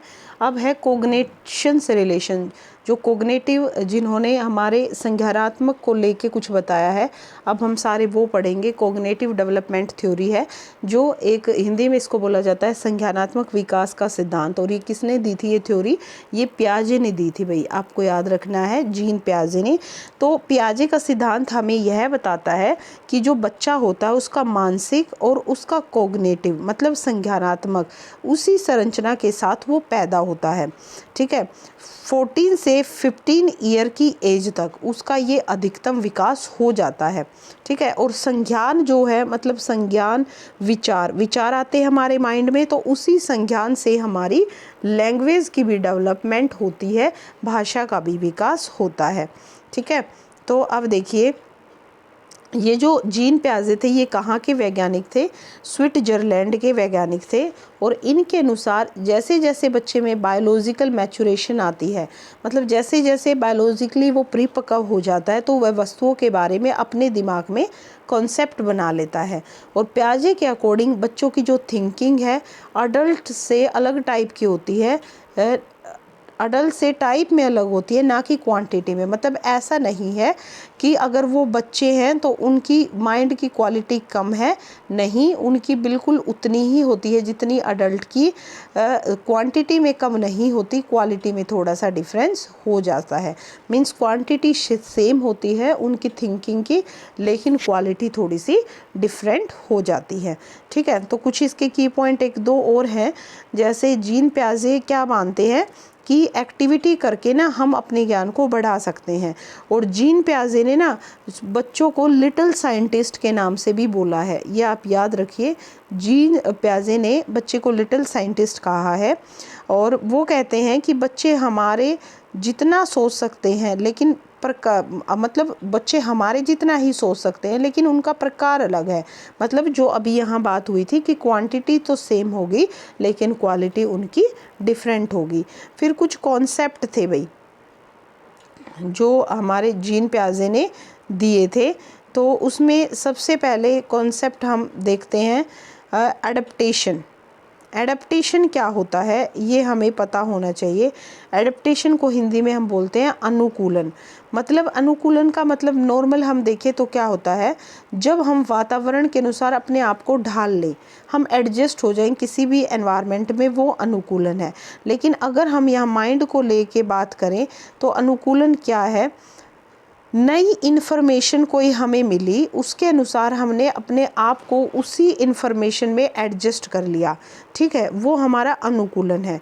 फिर अनुकूलन के बाद आता है दूसरा स्टेप एसिमिलेशन। एसिमिलेशन क्या कहता है, एसिमिलेशन का मतलब है, हिंदी में इसको बोलते हैं हम आत्मसातीकरण। आत्मसातीकरण यह वह प्रक्रिया है जिसमें जो बालक नए ज्ञान को शामिल कर लेता है। मतलब जो नया ज्ञान उसने लिया था एनवायरनमेंट से, अडप्ट किया था, अब उसने उस नए ज्ञान को शामिल कर लिया, आत्मसात कर लिया अपने पुराने स्कीमा में, जहाँ पे उसके माइंड के अंदर कुछ नॉलेज थी, एक ऑर्गेनाइज स्ट्रक्चर ऑफ नॉलेज को हम स्कीमा बोलते हैं। तो उसी के अंदर उन्होंने जो भी इंफॉर्मेशन मिली ना, उस इंफॉर्मेशन को आत्मसात कर लिया स्कीमा के अंदर। फिर अकोमोडेशन क्या कहता है, अकोमोडेशन क्या है, समायोजन इसको हम हिंदी में बोलते हैं। तो ये वह प्रक्रिया है जिसके द्वारा प्राणी अपनी आवश्यकता और आवश्यकताओं की पूर्ति को प्रभावित करने वाली परिस्थितियों में संतुलन रखता है, अकोमोडेशन, ठीक है। या यहाँ देख लिए पूर्व ज्ञान में परिवर्तन करके वातावरण के साथ तालमेल बिठाना समायोजन कहलाता है। मतलब पूर्व ज्ञान था, पहले एसिमिलेशन था, लेकिन अब उसके बारे में हमें कुछ और इन्फॉर्मेशन मिली, तो उस पूर्व ज्ञान में कुछ हमने क्या किया, मॉडिफिकेशन किया, और मॉडिफिकेशन के साथ जो नई नॉलेज हमें मिली उसको एडजस्ट करके हमने तालमेल बिठा लिया, उसको क्या कहते हैं, अकोमोडेशन, ठीक है। अब है इक्विलिब्रिएशन। इक्विलिब्रिएशन क्या होता है, नई इन्फॉर्मेशन के आत्मसातीकरण के बाद हम उस नई इन्फॉर्मेशन को पुरानी इन्फॉर्मेशन के साथ जो बैलेंस कर रहे हैं उसी को इक्विलिब्रियम बोला। देखो पहले हमारे पास एक इन्फॉर्मेशन थी लेकिन फिर हमें कुछ और पता चला, तो हमने उसमें चेंजेस किए, उसको हमने क्या बोला, अकोमोडेशन। अब इक्विलिब्रिएशन क्या है कि जो नई इन्फॉर्मेशन है ना, वो नई इन्फॉर्मेशन से हमने पुरानी इन्फॉर्मेशन में कुछ चेंजेस किए और दोनों के में क्या कर लिया, बैलेंस कर लिया, उसी को क्या बोला जाता है, इक्विलिब्रिएशन बोला जाता है, ठीक है। मतलब सबसे पहले जैसे हम बोले अनुकूलन आएगा, और अनुकूलन इज इक्वल टू क्या होगा हमारा, एसिमिलेशन प्लस अकोमोडेशन। ये किसके इक्वल है, adaptation. Adaptation is equal to assimilation plus accommodation. तो ये आपको याद रखना है। जैसे हम एक एग्जांपल लेते हैं स्टूडेंट, यहाँ पे स्पेस नहीं है, जैसे एक बच्चा है, उसके स्कीमा के अंदर क्या है, स्कीमा से स्टार्ट करते हैं। स्कीमा क्या होता है, एक ऑर्गेनाइज स्ट्रक्चर ऑफ नॉलेज होता है बच्चे के माइंड के अंदर। तो बॉय ने स्कीमा में क्या लर्न किया कि एक कैट होती है, बिल्ली होती है, ठीक है, स्कीमा में उसकी ये है कैट होती है। अब क्या हुआ, बॉय ने एक कप देखा एंड कॉल्ड इट कैट, ठीक है, और सिस्टर सैड, उसकी बहन उसको बोलती है, बॉय ने तो क्या कहा, जैसे बिल्ली के भी दो हाथ होते, दो पैर होते हैं, एक टेल होती है, आइज़ होती है, भाई ये सारी चीज़ें उसने कब के अंदर देखी, ठीक है। और उस कब को भी उसने क्या किया, जो लोयन का बच्चा है उसको भी उसने क्या कहा, ये कैट है। तो सिस्टर ने वहाँ पे क्या कहा, नहीं ये कैट नहीं है, कैट नहीं है। तो यहाँ पे बच्चे को अकोमोडेट करना पड़ा कि न्यू स्कीमा, उसके बारे में उसे पता चला कि ये कैट नहीं है, ये कब है, तो उसने अकोमोडेट किया न्यू स्कीमा ऑफ कब। तो इस तरीके से उसने जो पुरानी इन्फॉर्मेशन थी उसकी स्कीमा के अंदर उसमें चेंजेस किए कि हाँ बेशक से इसके दो हाथ दो पैर हैं लेकिन ये कैट नहीं है, ये कब है। तो यहाँ पे जो पुरानी इन्फॉर्मेशन थी उसमें उसने क्या किया, चेंजेस किया, ठीक है। तो इसी को हमने क्या बोला है, अडेप्टेशन, अकोमोडेशन, एसिमिलेशन, ठीक है। और जब पुरानी इन्फॉर्मेशन और नई इन्फॉर्मेशन में तालमेल बैठ गया तो उसको हमने क्या बोला, इक्विलिब्रिएशन। अब हम कुछ अवस्था जीन पियाजे ने दी हैं। पियाजे की 4 अवस्थाएं होती हैं। पहली होती है हमारी सेंसरी मोटर स्टेज, सेकंड होती है प्री ऑपरेशनल स्टेज, थर्ड होती है कंक्रीट ऑपरेशनल स्टेज और फोर्थ है हमारी फॉर्मल ऑपरेशनल स्टेज। तो कई बार इनका एज पूछ ली जाती है हर स्टेज की। तो सेंसरी होती है 0 से 2 साल, प्री ऑपरेशनल 2 से 7, कंक्रीट होती है भाई 7 से 11 और फॉर्मल होती है 11 से 15। देखिए ये दे रखे हैं यहाँ पे स्टेज ऑफ पियाजे कोग्निटिव डेवलपमेंट। तो अब देखिए, अब हम इस कुछ स्टेजेस की बात कर लेते हैं। सबसे पहले सेंसरी मोटर स्टेज, हमें पता है ये 2 वर्ष तक है। तो बच्चा देखिए सेंस एक वर्ड आया है, तो इसमें जो बच्चा सीखेगा ना वो इंद्रियों के माध्यम से सीखेगा, अपनी सेंसेस के माध्यम से सीखेगा। और क्या क्रिया करेगा बच्चे इसमें, आपने देखा छोटे बच्चे अंगूठा चूसते हैं, तो जो सकिंग की क्रिया होती है बच्चा वो इस एज में करता है। ठीक है। और क्या करता है, स्थगित अनुकरण, मतलब यदि किसी को कुछ करता देखेगा तो वह खुद भी करेगा। ठीक है। और गोल डायरेक्टेड बिहेवियर, गोल डायरेक्टेड बिहेवियर का मतलब है जैसे कोई चीज़ उसने दूर फेंक दी फिर उस चीज़ को उठा के लेके आएगा। एक सबसे इम्पोर्टेंट पॉइंट है इसका ऑब्जेक्ट परमानेंस, स्पेलिंग देख लेना भाई, ऑब्जेक्ट परमानेंस ये पूछा जाता है। तो ऑब्जेक्ट परमानेंस का मतलब होता है कि बच्चे के दिमाग में कोई वस्तु परमानेंट हो जाती है और उससे लेने पर वह रोने लगता है। मतलब आपने बच्चे को कोई खिलौना दिया, तो आप जब आपने उससे छीना तो उसको ये पता है कि ये खिलौना एग्जिस्ट करता है, और अगर आप उसको नहीं दोगे तो वो रोना स्टार्ट कर देता है। ठीक है। सेकंड जो अवस्था है भाई 2 से 7 साल वाली, वो है इसकी pre operational stage. Pre operational stage वैसे तो देखो हमने सारों के पहले भी वीडियो में पढ़े हैं, इनके जितने भी कैरेक्टरिस्टिक होते हैं एज वाइज। एक तो इसमें बच्चा सेल्फ सेंटर्ड होता है, आप नोट डाउन कर लेना, प्री ऑपरेशनल में बच्चा सेल्फ सेंटर्ड हो जाता है। ठीक है। एक तर्क वितर्क इस एज में बिल्कुल नहीं होता, ना ही बच्चे के पास कोई लॉजिक होता है, इलॉजिकल बातें बच्चा करता है। ठीक है। बच्चा सिर्फ अपने चारों तरफ सबका ध्यान चाहता है, ईगो सेंट्रिक बनना चाहता है, सेल्फ सेंटर्ड भी होता है और ईगो सेंट्रिज्म भी बच्चे के अंदर होता है। एक कॉन्सेप्चुअल स्टेज होती है ये। ठीक है। एनिमिज्म इसका सबसे इम्पोर्टेंट कैरेक्टरिस्टिक है भाई, एनिमिज्म। एक मिनट रुकिए, जस्ट वेट स्टूडेंट, यहाँ पे कर लेते हैं हम एनिमिज्म। एनिमिज्म होता है भाई बच्चे के अंदर, किसमें, हमारी प्री ऑपरेशनल में। ठीक है। सेकंड कर रहे हैं ना हम प्री ऑपरेशनल। एनिमिज्म बच्चे के अंदर, देखो ये मैंने मेंशन भी किया है, बच्चे के अंदर होती है एनिमिज्म। एनिमिज्म में बच्चा निर्जीव वस्तु होती है ना कोई, जैसे निर्जीव खिलौना, उसको सजीव समझता है। जैसे सपोज किसी चीज़ से चोट लगने पर हम उसके सामने उस वस्तु को मारते हैं ना, तो बच्चा चुप हो जाता है और ये सोचता है कि उस चीज़ को भी चोट लगी है। ठीक है। जैसे मान लिया उनका सिर टकरा गया बेड से, तो हमने बेड को पीटा, तो बच्चा ये सोचेगा कि अब इसकी पिटाई हो गई, तो बच्चा उसको देख के चुप हो जाता है। एक जो इरिवर्सिबिलिटी है, इरिवर्सिबिलिटी मतलब हम ये बोले ना 4 + 2 6 होते हैं, तो उसको रिवर्स उल्टा समझ नहीं आएगा अभी इस एज के अंदर। उसको फिर ये पता नहीं चलेगा कि अगर 6 में से 2 गए तो भी 4 बचेगा। तो ये इरिवर्सिबिलिटी वहाँ इस एज में बच्चा नहीं समझ पाता है। ठीक है। नेक्स्ट जो हमारी अवस्था है भाई, वो है मूर्त संक्रियात्मक, हम इसको बोलते हैं कंक्रीट ऑपरेशनल। इसमें बच्चे की एज होती है 7 से 11 साल तक। अब इसके भी कुछ कैरेक्टरिस्टिक हैं, जैसे नियमीकरण की अवस्था, बालक के विचार बड़ों के निकट होने लगते हैं, मतलब बच्चा ऐसे करने लग जाता है, लॉजिक आ जाता है उसको, क्यों हुआ ये, तर्क करना आ जाता है, कैसे हुआ ये। ठीक है। रीजनिंग वो लगाता है। ठीक है। एक मूर्त चिंतन स्टार्ट कर देता है बच्चा। यहाँ पे मूर्त चिंतन का मतलब है कि जो चीज़ उसके आगे है ना, उन चीज़ों को वो देख सकता है, छू सकता है जिन चीज़ों को, तो उसी चीज़ के बारे में वो क्या करेगा, बात करेगा। ठीक है। ऐसा क्यों है, जो उस चीज़ उसके आगे है, मूर्त चिंतन वो करेगा। अमूर्त चिंतन वो अभी नहीं कर पाएगा, क्योंकि उसको इतना लॉजिक लगाना नहीं आएगा कि कोई चीज़ अगर हमारी आंखों के सामने एग्जिस्ट नहीं कर रही तो हमें उसके बारे में कैसे सोचना है। नेक्स्ट हम जाते हैं हमारी लास्ट हमारी रहेगी फॉर्मल ऑपरेशनल स्टेज, जिसकी एज है 11 से 15 साल तक। तो इसमें बच्चा डिडक्टिव रीजनिंग करता है, ठीक है। रिवर्सिबिलिटी का उसे पता चल जाता है कि अगर 2 × 2 4 होते हैं तो 4 - 2 2 होते हैं। इस तरीके से रिवर्सिबिलिटी उसकी बातों के अंदर आ जाती है।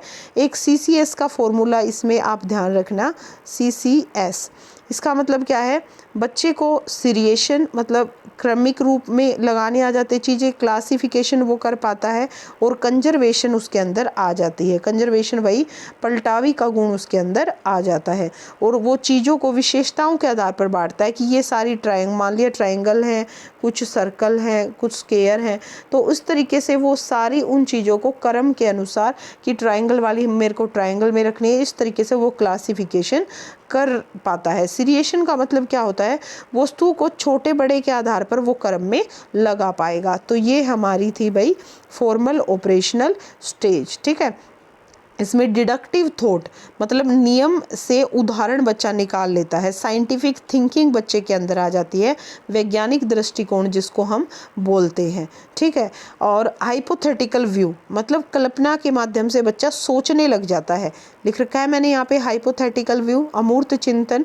तो ये सारी चीज़ें हमारी लास्ट स्टेज में फॉर्मल ऑपरेशनल स्टेज, जिसकी एज कितनी होती है भाई, हमने पीछे पढ़ा था 11 से 15 साल, ये चीज़ें बच्चे के अंदर स्टार्ट हो जाती हैं। होप सो सारे पॉइंट क्लियर हो गए होंगे। मूव करते हैं नेक्स्ट थ्योरी के ऊपर। नेक्स्ट थ्योरी है भाई हमारा वाइगोत्स्की का सामाजिक सांस्कृतिक सिद्धांत। तो ये वाइगोत्स्की ने दिया था, लेव वाइगोत्स्की ने। वाइगोत्स्की क्या मानता है, वाइगोत्स्की के अनुसार जो बच्चा होता है ना, तो वो समाज और संस्कृति के साथ अंतःक्रिया करके सीखता है। मतलब बच्चे को कुछ सिखाने में समाज का, सोसाइटी का और उसके कल्चर का, सोशियो कल्चर एस्पेक्ट को उसने फोकस किया है। सामाजिक अंतःक्रिया से सामाजिक अंतःक्रिया जो बच्चा सीखेगा वो सोशलाइजेशन और कल्चर दोनों को मिला के सीखेगा, ठीक है। ये हमारा वाइगोत्स्की बोलता है। तो वाइगोत्स्की एक और बहुत बड़ी बात कहता है। वाइगोत्स्की के अनुसार भाषा एक सबसे बड़ा टूल है बाहर की दुनिया से कम्युनिकेट करने का। मतलब ये मानते हैं कि अगर बच्चे को बाहर कम्युनिकेट करना है तो उसको लैंग्वेज आनी चाहिए। मतलब उसने लैंग्वेज को बहुत इम्पोर्टेंस दी है, ये आपको ध्यान रखना है कि एक बच्चा लैंग्वेज से काफ़ी कुछ सीख जाता है। तो इन्होंने कुछ इम्पोर्टेंट कॉन्सेप्ट दिए थे, जिसमें सबसे पहला था हमारा ZPD, zone of proximal development, ये इसकी फुल फॉर्म है। तो ZPD में क्या होता है, यहाँ पे बच्चों के द्वारा स्वतंत्र रूप से किया जा सकने वाला तथा सहायता के साथ करने वाले कार्य के बीच का जो अंतर है वो ZPD है। मतलब एक बच्चे ने कुछ सीखा, रियल डेवलपमेंट और पोटेंशियल डेवलपमेंट के स्तर के बीच का अंतर। मतलब बच्चे ने कुछ सीखा खुद से, ठीक है, और एक पोटेंशियल मतलब उसने किसी की सहायता से कुछ सीखा। तो उन दोनों के बीच में जितना भी नॉलेज गैप का डिफरेंस आया उसको बोला गया ZPD, zone of proximal development. एक बच्चे ने खुद सीखा और एक बच्चे ने किसी की सहायता से सीखा, तो उन दोनों के बीच का जो गैप होता है ना, उसी को बोला जाता है ZPD। सेकंड एक इनका था भाई इम्पोर्टेंट स्कैफोल्डिंग।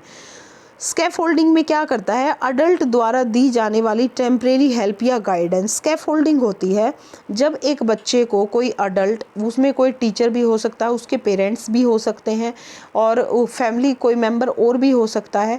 तो जब अडल्ट कुछ बच्चे को सहायता प्रोवाइड करता है ना, वो सहायता टेम्परेरी भी हो सकती है या परमानेंट हो, या कुछ गाइडेंस एक बड़ा अपनी तरफ से बच्चे को दे रहा है, एक अडल्ट प्रोवाइड कर रहा है, तो उसको स्कैफोल्डिंग कहते हैं, ठीक है।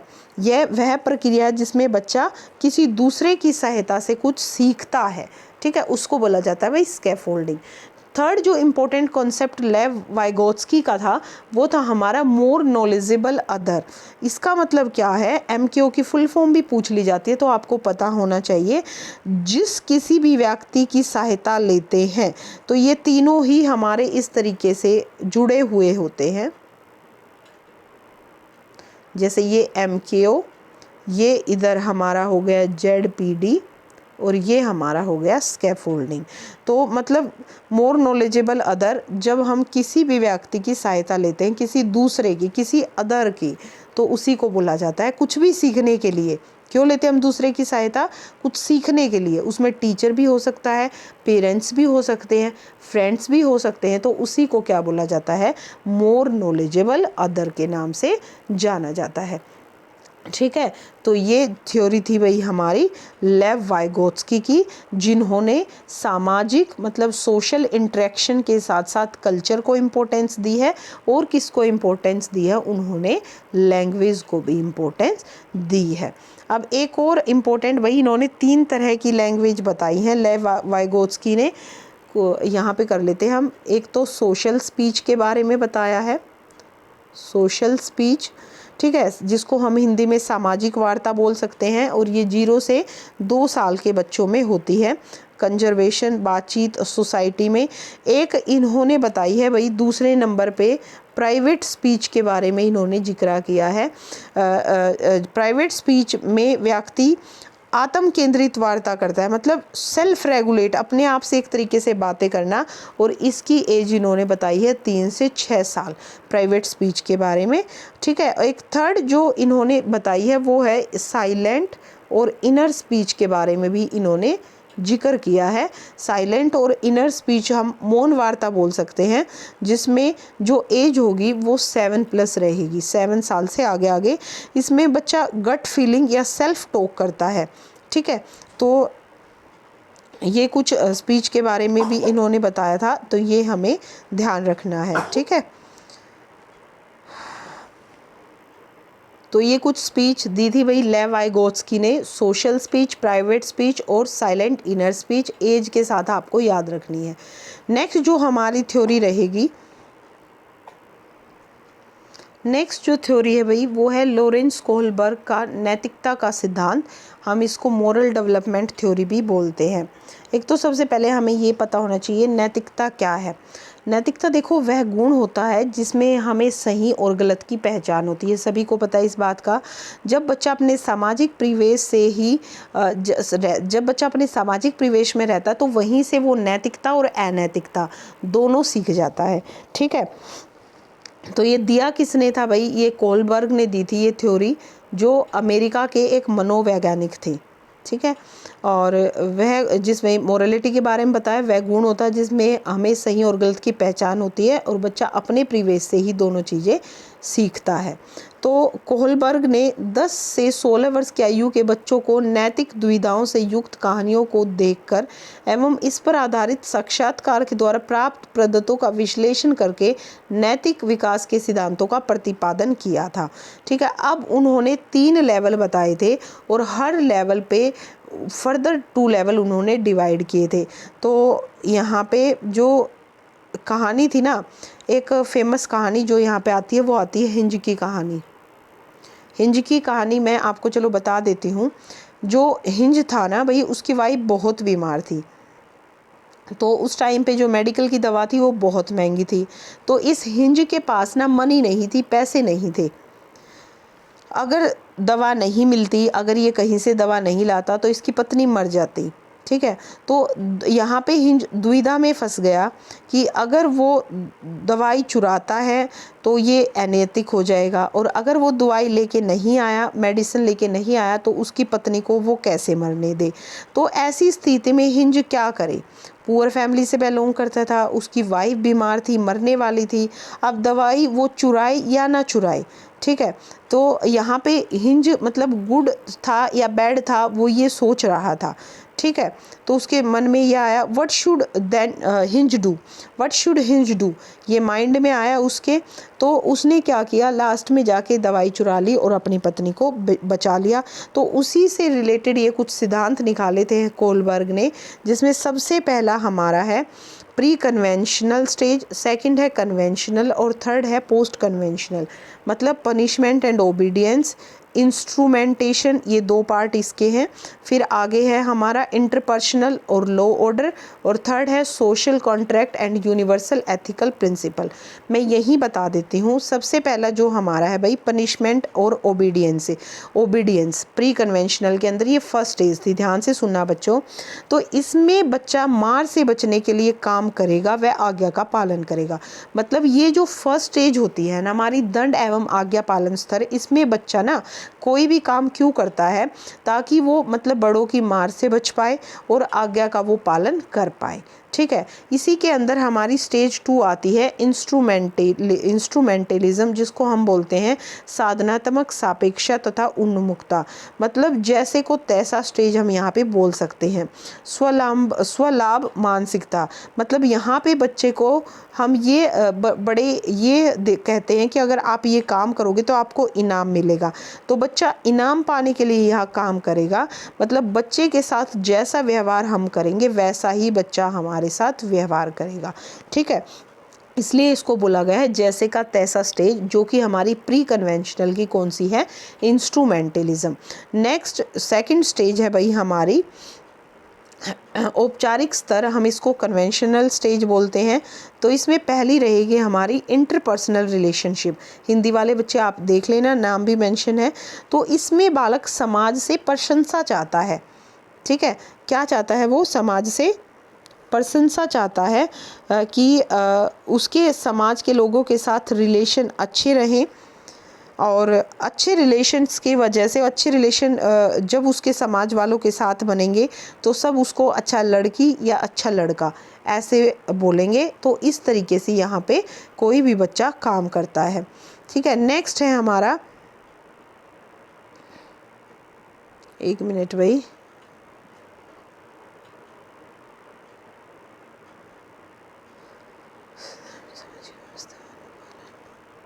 हाँ ये रहा सोशल कन्वेंशन और लॉ एंड ऑर्डर।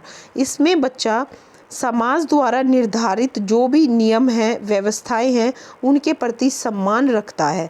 जो लॉ और ऑर्डर समाज ने बना दिए उन्हीं को बच्चा क्या मानता है, सही मानता है। अगर सोसाइटी की दृष्टि में वो लॉ सही है तो सही है, गलत है तो गलत है।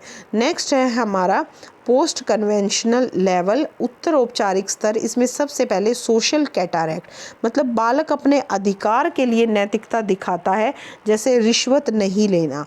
ठीक है, जैसे एक कोई रिश्वत नहीं लेता तो ये वो दिखाता है कि मेरे अंदर नैतिकता है। यहाँ पे एक बच्चे के अंदर और एक बड़ा अडल्ट की एज यहाँ पे आ जाती है, तो यहाँ पे वो नैतिकता सीख जाता है, और उस नैतिकता से वो अगर कोई काम करेगा तो वो सपोज उसको कोई रिश्वत देगा तो वो रिश्वत नहीं लेगा, वो सही को सही और गलत को गलत मानने लग जाता है। ठीक है, और लास्ट हमारा यूनिवर्सल एथिकल प्रिंसिपल। ऐसा बोला जाता है कि हर कोई इस स्टेज तक नहीं पहुंच पाता। ठीक है, यहाँ पे सार्वभौमिक नैतिकता आ जाती है इंसान के अंदर। वो संपूर्ण समाज के प्रति अपना अच्छा भाव रखता है। जैसे हम बात करें नेल्सन मंडेला थे, गांधी जी थे, इतनी जो नैतिकता है ना वो हर किसी के अंदर नहीं आती। तो इसलिए ये बोला जाता है हर कोई इस स्टेज तक नहीं पहुंच पाता। ठीक है, ये कुछ पॉइंट थे भाई हमारे जो स्टेजेस थी, जो किसने दी थी, कोहलबर्ग ने दी थी। तो इसके वैसे तो 3 स्टेज हैं, और जब हम इनको फर्दर स्टडी करते हैं तो टोटल 6 स्टेज यहाँ पे बन जाती हैं। आई थिंक सभी को समझ आ गया होगा। अब हम कुछ क्वेश्चन करेंगे इसी यूनिट से रिलेटेड, और आशा करती हूँ क्वेश्चन भी आपको पसंद आए होंगे और थ्योरी भी आपको समझ आई होगी। So let's start the question answer.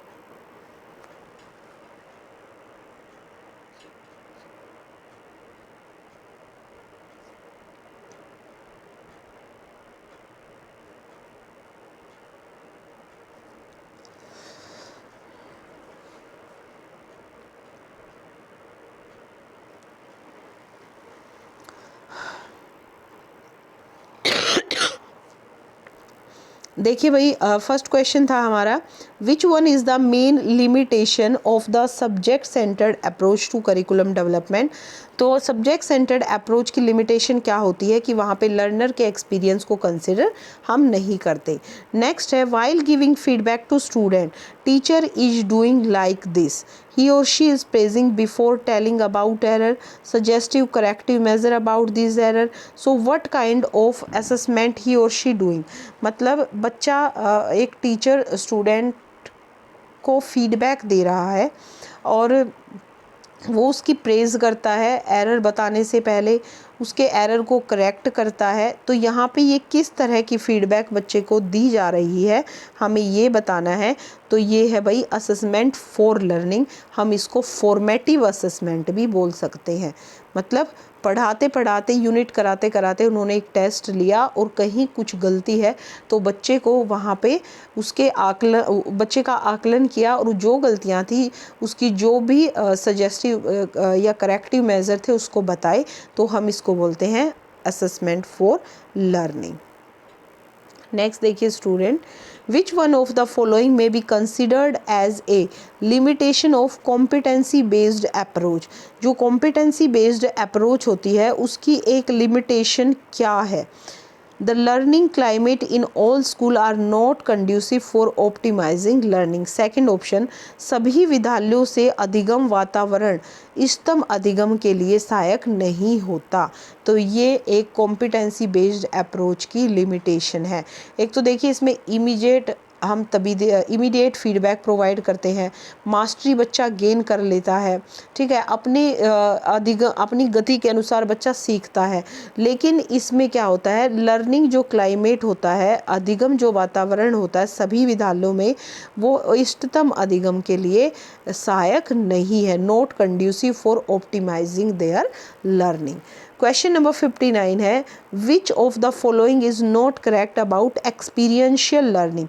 Experiential learning के लिए करेक्ट क्या नहीं है? एक्सपीरियंशियल लर्निंग में बच्चा खुद करके सीखता है, तो एक होलिस्टिक प्रोसेस ये है। इसमें कॉन्टीन्यूअस प्रोसेस, कंटिन्यू बच्चा सीखता रहता है। इसमें टीचर सिर्फ एज अ फैसिलिटेटर वर्क करता है, ठीक है। लेकिन learning lies in the product, ये इसका पार्ट नहीं है कि अगर हमें कुछ प्रोडक्ट मिला तो उसी में लर्निंग है, ऐसा कुछ नहीं है। अधिगम उत्पाद में निहित नहीं होता है। नेक्स्ट देखिए, what is the best way to handle a wrong response of a student. एक बच्चे ने कुछ गलत रिस्पॉन्स किया तो उसको हम बेस्ट अच्छे तरीके से हैंडल कैसे कर सकते हैं? Asking another student to give the correct answer. भाई एक बच्चे ने रॉन्ग दे दिया तो हम दूसरे विद्यार्थी से क्या बोलेंगे कि आप इसका सही उत्तर दें और हम पहले बच्चे को वहाँ पे करेक्ट कर देंगे, ठीक है। क्वेश्चन नंबर 61 है, रीड द फॉलोइंग। कुछ पॉइंट हमें दिए हैं। Children are totally involve in doing work without being disturbed by your presence. They are talking themselves, manipulating material, trying different arrangement and way of solving the problem. If you ask about what they are doing, they could clearly state their objective. तो what kind of learning is in progress? किस तरह की learning एक बच्चा यहाँ पे कर रहा है ये हमें बताना है। तो यहाँ पे बच्चे एक्टिविटी बेस्ड लर्निंग कर रहे हैं, खुद वो मैनिपुलेट कर रहे हैं, मटेरियल को ट्राई कर रहे हैं डिफरेंट वे ताकि प्रॉब्लम को सॉल्व किया जाए। हिंदी वाले स्टूडेंट भी पढ़ लें। तो इस तरीके का जो अधिगम होता है इसको हम बोलते हैं activity based learning. Question number 62 है भाई, which one of the following is correct. 4 statement हमें गिवन है और पूछा है कि इनमें से करेक्ट कौन सी है। तो जो करेक्ट है वो मैं आपको बताती हूँ। Measurement refer to quantitative data only. जब हम मेज़रमेंट करते हैं ना तो मेज़रमेंट का रिलेशनशिप क्वांटिटेटिव नंबर से होता है, मात्रात्मक डाटा से। मापन जो होता है ना वो केवल मात्रात्मक डाटा से संबंधित होता है। तो सेकंड हमारा करेक्ट आंसर रहेगा।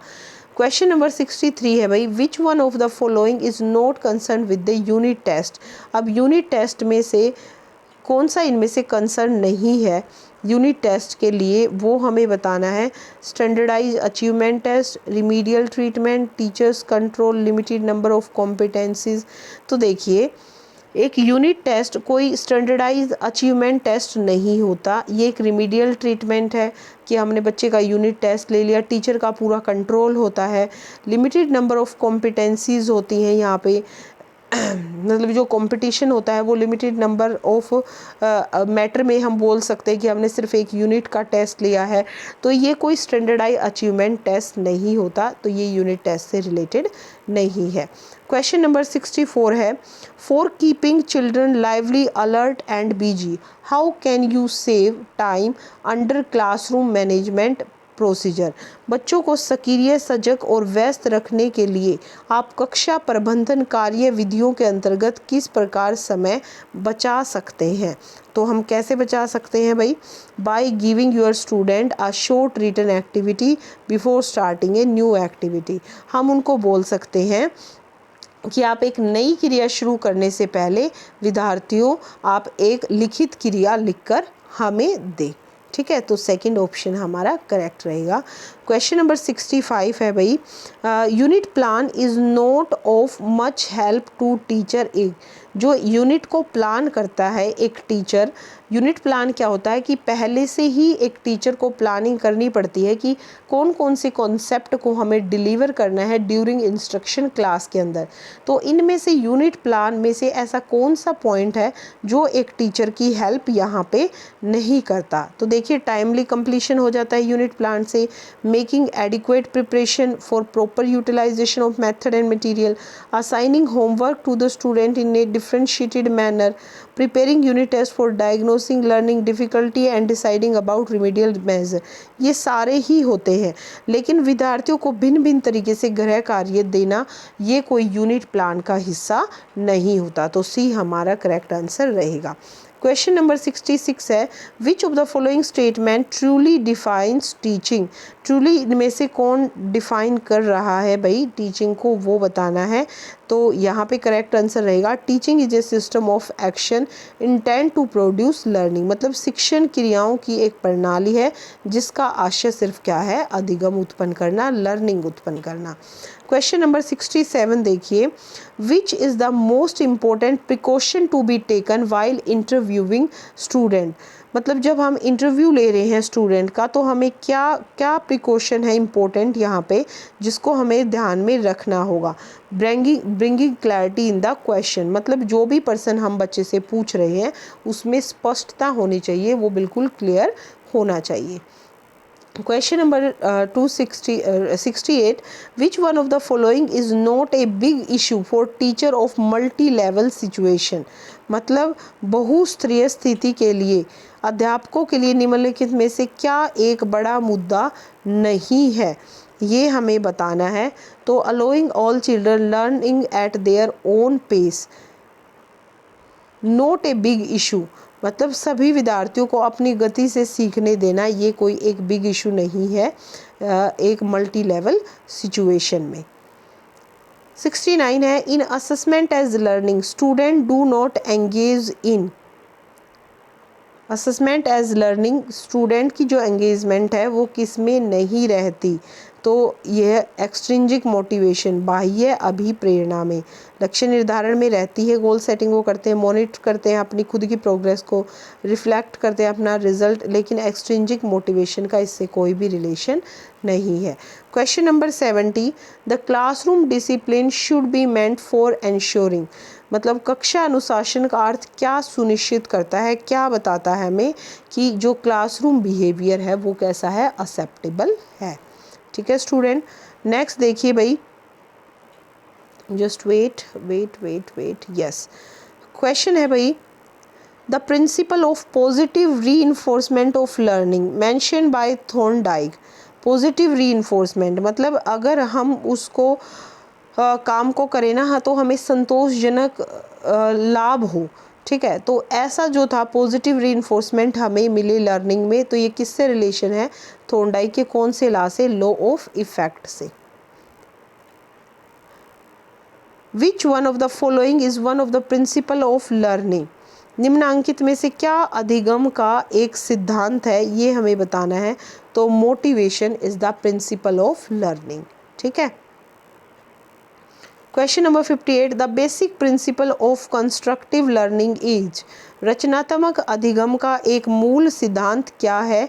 तो the learner build new knowledge upon foundation of previous learning, मतलब पहले से एक लर्नर के पास कोई नॉलेज थी बेटे, उस नॉलेज के बेस पे उन्होंने न्यू नॉलेज को कंस्ट्रक्ट कर लिया, और इसी को क्या बोला जाता है? Constructive learning.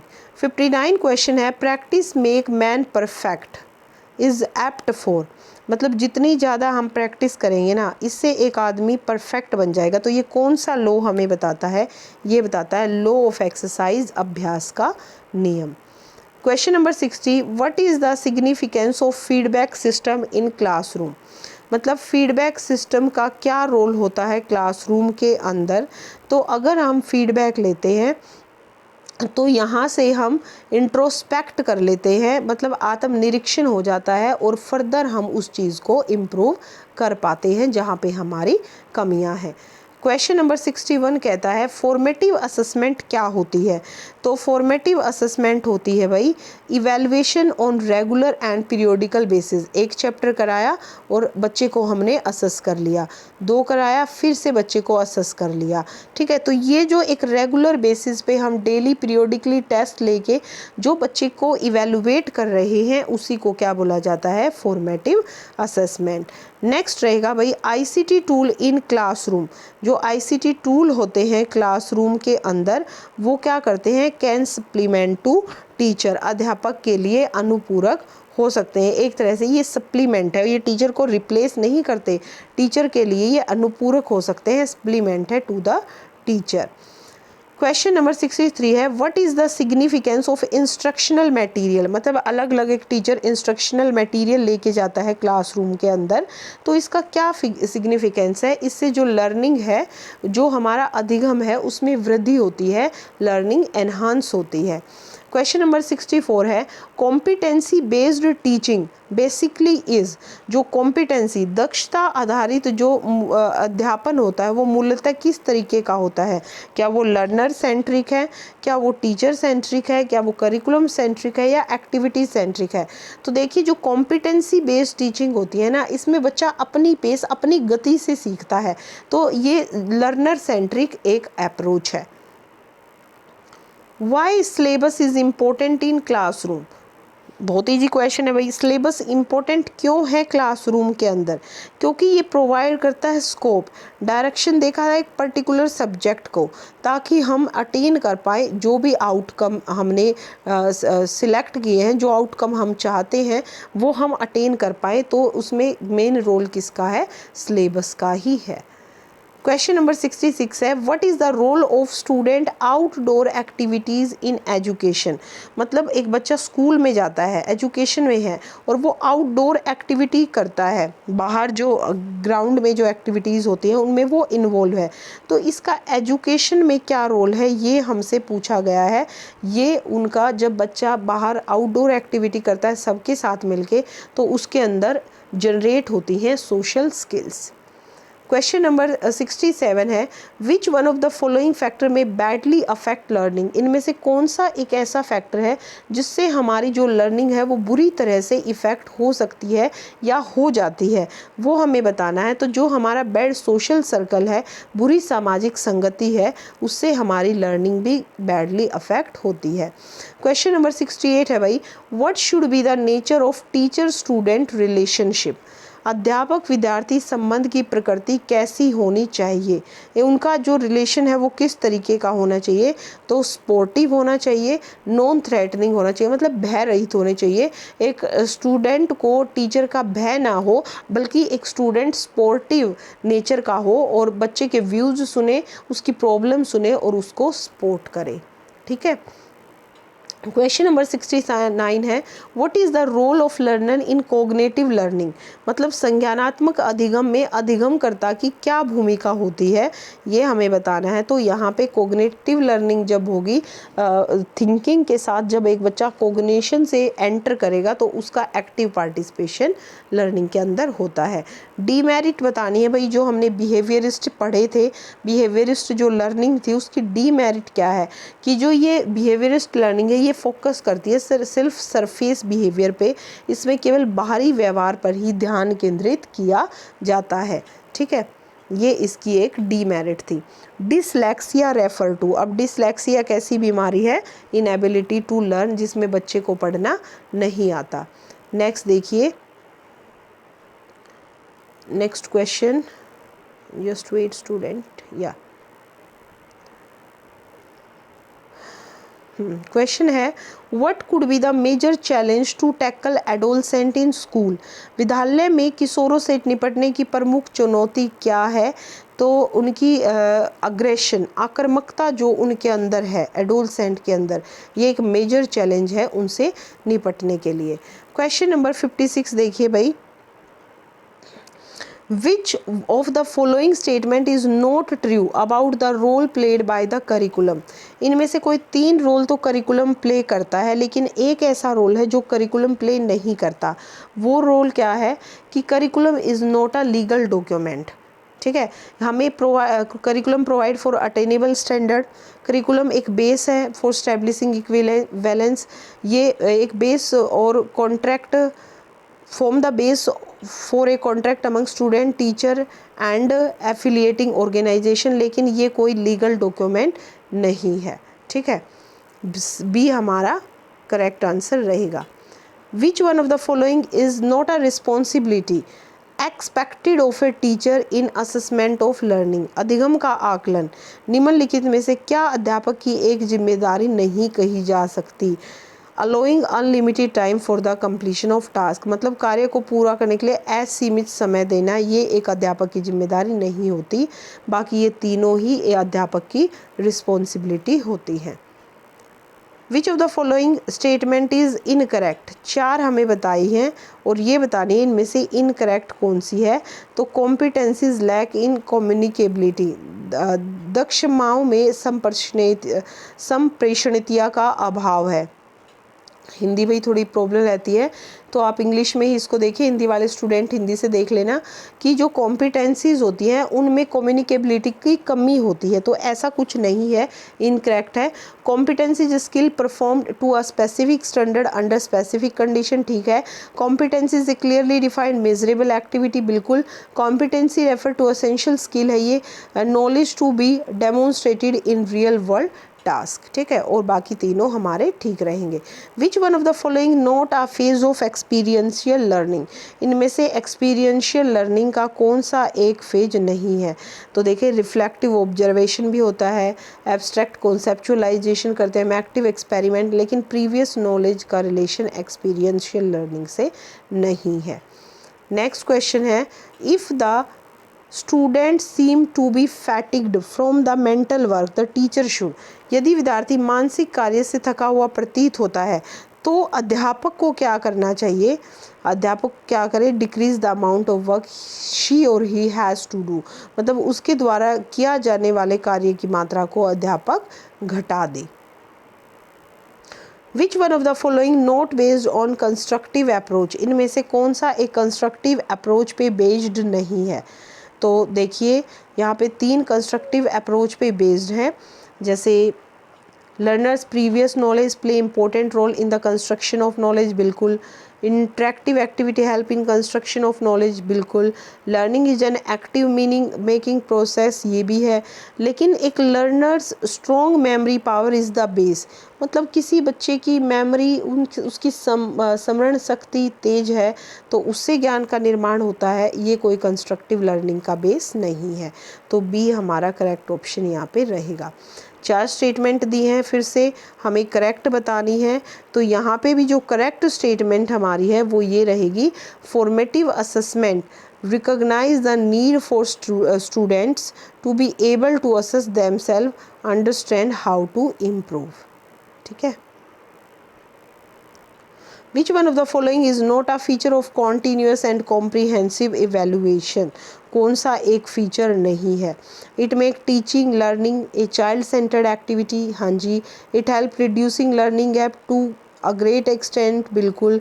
Include both scholastic co scholastic activities और aspect of student learning, it lay emphasise on memorise. देखिए, कॉन्टीन्यूअस और कॉम्प्रिहेंसिव इवैल्यूएशन के अंदर हम मूल संकल्पनाओं को याद करने पर बल नहीं देते, हम मेमोराइजेशन और रोट मेमोरी से हम कोई कॉन्सेप्ट सीखे उस पे हम बल नहीं देते। तो ये हमारा यहाँ पे क्या है, क्या बताना था हमें, फीचर नहीं है कॉन्टीन्यूअस और कॉम्प्रिहेंसिव इवैल्यूएशन का।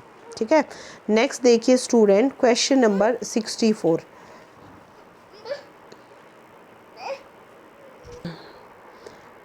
नेक्स्ट है भाई, which one of the following not a characteristic of good teaching learning material. इनमें से कौन सा एक कैरेक्टर नहीं है गुड टीचिंग लर्निंग मटेरियल का। तो देखिए फैमिलियरिटी ये है, अट्रैक्टिवनेस है, नोवेल्टी है, लेकिन सिंगल यूजेज, एकल उपयोग ही हो उसका, ये कोई गुड टीचिंग लर्निंग मटेरियल का कैरेक्टरिस्टिक नहीं है। नेक्स्ट मूव करते हैं हम अपने क्वेश्चन 65 पे। विच one of the following is not a characteristic of good lesson plan. एक अच्छे लेसन प्लान का कैरेक्टरिस्टिक इनमें से कौन सा नहीं है। तो वो ऑब्जेक्टिव बेस्ड होता है, कॉम्प्रिहेंसिवनेस उसके अंदर होनी चाहिए, इम्प्लीमेंटेबिलिटी हो लेकिन इनफ्लेक्सिबिलिटी ना हो। ठीक है, मतलब गैर लचीलापन उसके अंदर नहीं होना चाहिए। क्वेश्चन नंबर 66 है, which one of the following is not a characteristic of teacher centred approach. तो देखिए भाई, which one of the following not a characteristic of teacher centred approach. तो यहाँ पे टीचर सेंटर्ड अप्रोच का कौन सा एक कैरेक्टरिस्टिक नहीं है। तो फोर्थ कैरेक्टरिस्टिक नहीं है, the students are developing different models using clay and paper in groups. This is not a characteristic of teacher centered approach. ये किसका एग्जाम्पल है, this is the example of student centred approach. ठीक है, तो बाकी तीन ऊपर वाले सही हैं।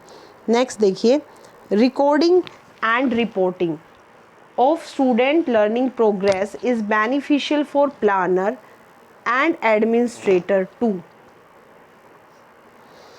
नेक्स्ट क्वेश्चन है भाई, recording and reporting of students learning progress is beneficial for planner and administration. तो ये मतलब कैसे बेनिफिशियल है प्लानर और एडमिनिस्ट्रेटर के लिए जो रिकॉर्डिंग करते हैं या रिपोर्टिंग करते हैं हम स्टूडेंट के प्रोग्रेस की, क्योंकि हम इससे क्या कर पाते हैं, मॉनिटर कर पाते हैं क्वालिटी ऑफ एजुकेशन की, किस तरह की क्वालिटी हम स्टूडेंट को दे रहे हैं। नेक्स्ट क्वेश्चन देखिए, विच of the following statement is not true. मतलब तीन स्टेटमेंट यहाँ पे ट्रू हैं और एक स्टेटमेंट यहाँ पे ट्रू नहीं है, तो वो हमें बताना है। तो देखिए जो ट्रू नहीं है मैं वो बता देती हूँ। फोर्थ ट्रू नहीं है, multi grade teaching can not be made effective by appropriating seating arrangement. मतलब बैठने की उपयुक्त व्यवस्था द्वारा हम बहुकक्षणीय शिक्षण को प्रभावी नहीं बना सकते। ठीक है, तो ये स्टेटमेंट ट्रू नहीं है, दिस इज़ नॉट ट्रू। अपर तीनों ट्रू है। Multi level teaching is related with monograde situation, a multi grade teacher faces many challenge, multi-grade teaching is not confined to India, it is seen in developed as well as underdeveloped country। तो ये हर जगह पे होती है। ठीक है, next move करते हैं क्वेश्चन नंबर 69 पे। 69 क्वेश्चन क्या कहता है, which one of the following not a characteristic of discovery method. इनमें से डिस्कवरी मेथड का कैरेक्टरिस्टिक कौन सा नहीं है। तो देखिए, student can not see guidance from the teacher, ये कोई डिस्कवरी मेथड का कैरेक्टरिस्टिक नहीं है, बाकी ये तीनों ही कैरेक्टरिस्टिक है डिस्कवरी मेथड के। While teaching the concept of a circle, एक सर्कल का कॉन्सेप्ट पढ़ाया जा रहा है, so which one of the following would be the best way to do it. तो कैसे हम बच्चे को समझाएं, तो इसमें प्रेजेंट करें picture of circle of various size, अलग अलग तरह के जो साइजेस के सर्कल हैं उसकी पिक्चर हम बच्चों को प्रोवाइड कराएं और तब हम उनको कॉन्सेप्ट समझाएं किसका, सर्कल का। नेक्स्ट क्वेश्चन है, who proposed operant conditioning theory of learning. तो operant conditioning theory of learning किसने दी थी, ये हमारी दी थी भाई BF स्किनर ने। ठीक है, आपको नाम इसका याद रखना है। नेक्स्ट क्वेश्चन देखिए, how the classroom teacher can impart behaviouristic method in learning. तो देखिए भाई, इसमें से जो हम ये बोले ना कि बिहेवियरिस्टिक मेथड लर्निंग के अंदर यहाँ पे कौन सा है, तो वो रहेगा हमारा ड्रिल एंड प्रैक्टिसेस। कौन सा रहेगा स्टूडेंट यहाँ पे? Drill and practices. ठीक है, so let's we move on the next question.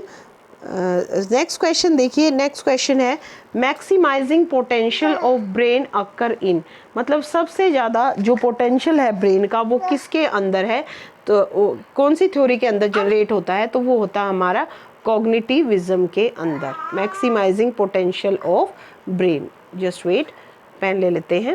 Next question है which one of the following could be the best method of learning, इनमें से जो बेस्ट मेथड है लर्निंग का वो कौन सा है, हमें बताना है। तो एक्सपीरियंशियल जो लर्निंग होती है, learning by doing, that is the best method of the learning. Question number 60 है how learning could be enhance in classroom, कैसे हम जो लर्निंग है उसको एनहांस कर सकते हैं क्लासरूम के अंदर। तो देखिए भाई, how learning could be enhance in classroom, तो कैसे हम एनहांस कर सकते हैं, मॉडर्न आईसीटी टूल्स का यूज़ करके। नेक्स्ट देखिए, what is the major challenge for a teacher in classroom in present context, तो मतलब आज के वर्तमान संदर्भ में हम बात करें तो निम्नांकित में से क्या सबसे बड़ी चुनौती है एक कक्षा अध्यापक के लिए, ये हमें बताना है। तो to sustain interest among learner, मतलब लर्नर के अंदर हम रुचि बनाए रखें या उसको लंबे टाइम तक बनाए रखें या बना पाए, तो वो एक टीचर के लिए आज सबसे बड़ी प्रॉब्लम है। What is the major challenge of ICT usages in rural sector, तो रूरल सेक्टर के अंदर जो सबसे बड़ा चैलेंज है कि हम आईसीटी का यूज़ नहीं कर पा रहे, तो एक तो है भाई अनइंटरप्टेड पावर सप्लाई, बिजली की कमी वहाँ है, और नेटवर्क की प्रॉब्लम भी वहाँ पे है। क्वेश्चन नंबर 63 है which one of the following is the example of auditory instructional material in classroom, इनमें से कौन सा एक एग्जाम्पल है ऑडिटरी इंस्ट्रक्शनल मटेरियल का, मतलब हम उसको सुन सकते हैं, तो वो हमारा रहेगा यहाँ पे रेडियो।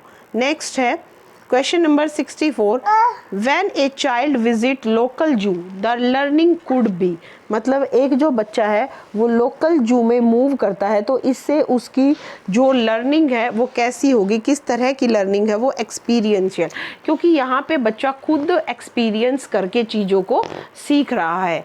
नेक्स्ट है भाई हिडन करिकुलम क्या होता है स्कूल्स के अंदर, तो हम हिडन करिकुलम में क्या, मैंने पहले भी बताया है कि जब हम सिलेबस से अलग जो वैल्यूज़ हैं, बिलीफ हैं, बियॉन्ड द टेक्स्ट बुक, जब हम वो चीज़ें सीख जाते हैं तो वो हमारे हिडन करिकुलम के अंदर आती हैं।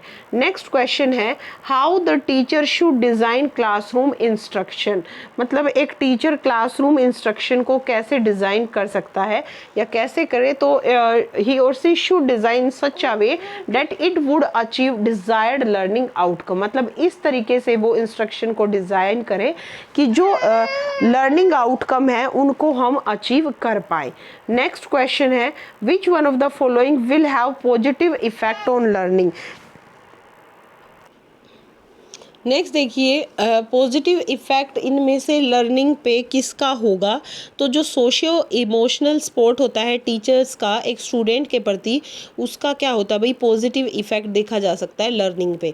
What is the advantage of student teacher positive relationship, मतलब एक स्टूडेंट और टीचर के बीच में अगर रिलेशनशिप पॉजिटिव है क्लासरूम के अंदर, तो उससे क्या होगा, इससे इम्प्रूव होगा स्टूडेंट का बिहेवियर, जिससे उसकी जो एकेडमिक है उसमें भी एक्सीलेंस मिलेगा, उसमें भी उसको सफलता मिलेगी। नेक्स्ट क्वेश्चन देखते हैं problem solving approach is normally attributed to, तो इनमें से किससे रिलेटेड है प्रॉब्लम सॉल्विंग अप्रोच, ये हमें बताना है। तो भाई ये रिलेटेड है हमारे कॉग्निटिविज्म से, क्योंकि हम कोई भी प्रॉब्लम सॉल्व कब कर पाते हैं, जब हम उसमें अपना दिमाग लगाते हैं, माइंड लगाते हैं, क्रिटिकल थिंकिंग करते हैं, तो इसका रिलेशन किससे है, हमारा कॉग्निटिविज्म से। Question number 70 why is discipline important in learning, learning के अंदर डिसिप्लिन इम्पोर्टेंट क्यों है, क्योंकि जो डिसिप्लिन है ना उससे हम कंसंट्रेट कर पाते हैं अगर डिसिप्लिन होगा तो, और हम पंचुअल हो पाते हैं, और अगर हम डिसिप्लिन कंसंट्रेट करते हैं, पंचुअलिटी हमारे अंदर है, तो हम क्या कर पाएंगे, अपनी लर्निंग को एनहांस कर पाएंगे। ठीक है, नेक्स्ट देखिए क्वेश्चन नंबर नेक्स्ट है भाई, learning is commonly perceived as, किस तरह से हम परसीव करते हैं लर्निंग को, कि लर्निंग कैसी हो कि उससे हमारा पॉजिटिव बिहेवियर अल्टर्ड हो, परिवर्तित सकारात्मक व्यवहार आए, इस तरह से हम अधिगम को समझ सकते हैं। बिहेवियरल थ्योरी ऑफ लर्निंग किस पे बेस्ड है ये पूछा है। तो बिहेवियरिस्ट की जितनी भी थ्योरी थी वो तो या तो पहले स्टिमुलस दो या रिस्पॉन्स पहले दो, मतलब वो सारी ही थ्योरी हमारी एसआर या तो रिस्पॉन्स पहले करो या स्टिमुलस पहले दो, कुछ इस तरीके से सारी थ्योरी बेस्ड है। नेक्स्ट देखिए, विच of the following could B an example of constructivism in classroom learning. Example क्या है यहाँ पे कंस्ट्रक्टिविज्म का क्लासरूम लर्निंग के अंदर। तो अगर हम बात करें तो ये रहेगा कोलैबोरेटिव ग्रुप वर्क, अगर हमने बच्चों को दिया है तो वो जो एनवायरनमेंट होगा वो कंस्ट्रक्टिव एनवायरनमेंट होगा क्लासरूम लर्निंग के अंदर।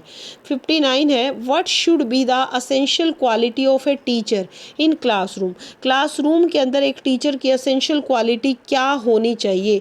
एबिलिटी टू इंस्पायर, मतलब प्रेरित करने की योग्यता उनके अंदर होनी चाहिए। असेंशियल फैक्टर क्या है फॉर लर्निंग इन चाइल्ड, मतलब हम बालक के अधिगम के लिए अनिवार्य कारक निम्नलिखित में से क्या है। तो उनका असेंशियल फैक्टर मिनिमम आईक्यू उनके पास हो जिससे वो सीख पाए। विच one of the following could be confident booster of child in learning. निम्नांकित में से क्या अधिगम में बालक में विश्वासवर्धक कार्य कर सकता है वो हमें बताना है। तो उसको नियमित आकलन और प्रोत्साहन रेगुलर असेस करें और उसको एनकरेज करते रहें। एडवांटेज क्या होते हैं आईसीटी टूल के क्लासरूम के अंदर, ये भी क्वेश्चन काफ़ी बार आ चुका है। तो इससे जो लर्निंग की रिटेंशन है वो ज़्यादा होती है, बढ़ जाती है हमारी लर्निंग आईसीटी के यूज़ से। टीएलएम इन क्लासरूम क्या मीनिंग होता है, क्या फुल फॉर्म है टीएलएम की। तो ये है भाई टीचिंग लर्निंग मटेरियल, जो भी क्लास में यूज होता है उसको बोलते हैं TLM. What is an essential component of lesson plan? Lesson plan के इम्पोर्टेंट कंपोनेंट हमें बताने हैं।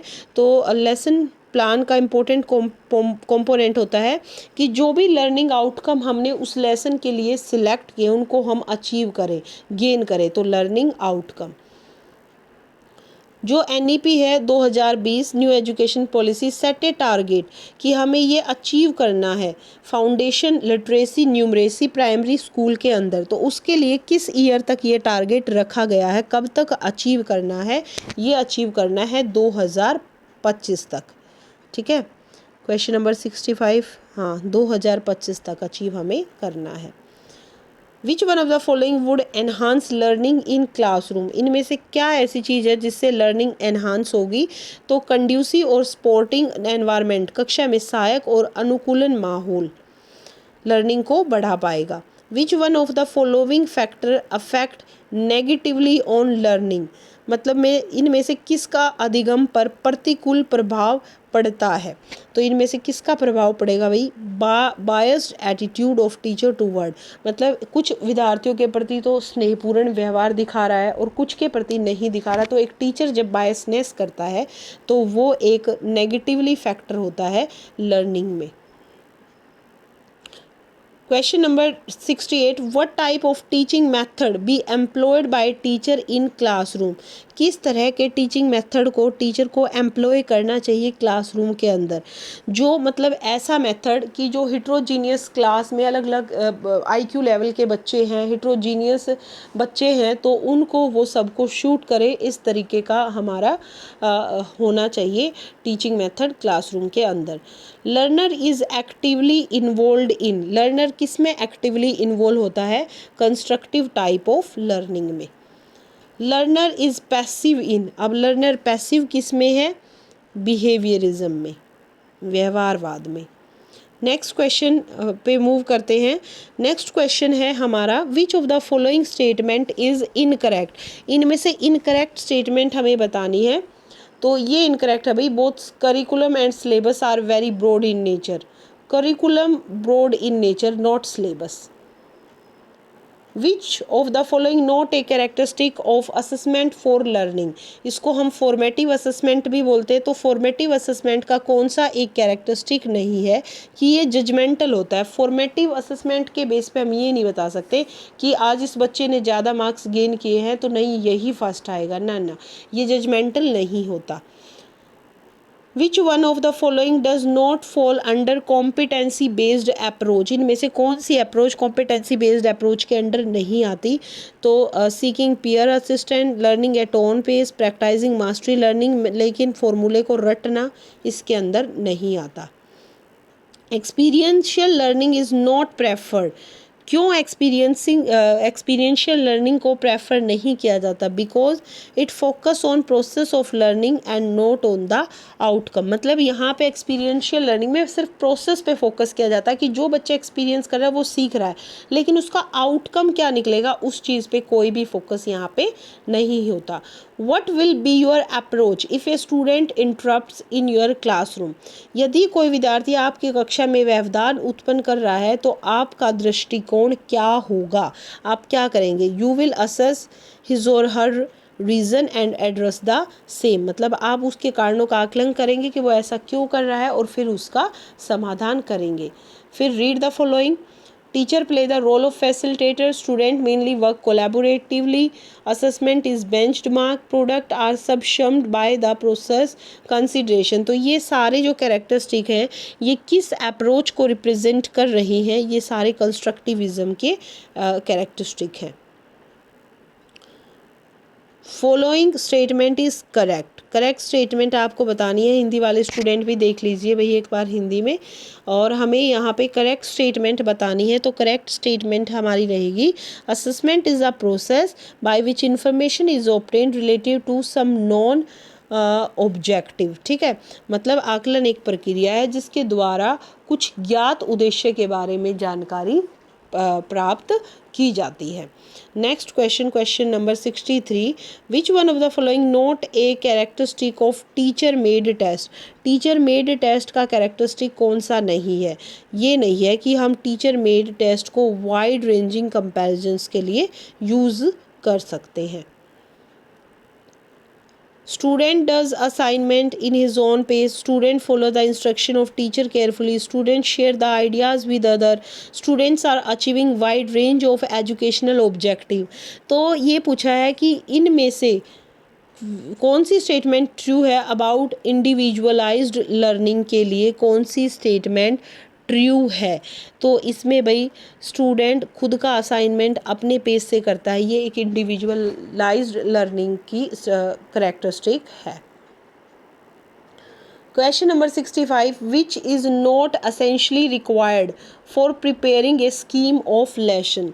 लेसन की स्कीम प्रिपेयर करने के लिए इनमें से कौन सी असेंशियल रिक्वायरमेंट नहीं है? ये नहीं है number of days spend for conducting annual examination. मतलब एनुअल एग्जामिनेशन का तो कोई जिक्र ही नहीं है।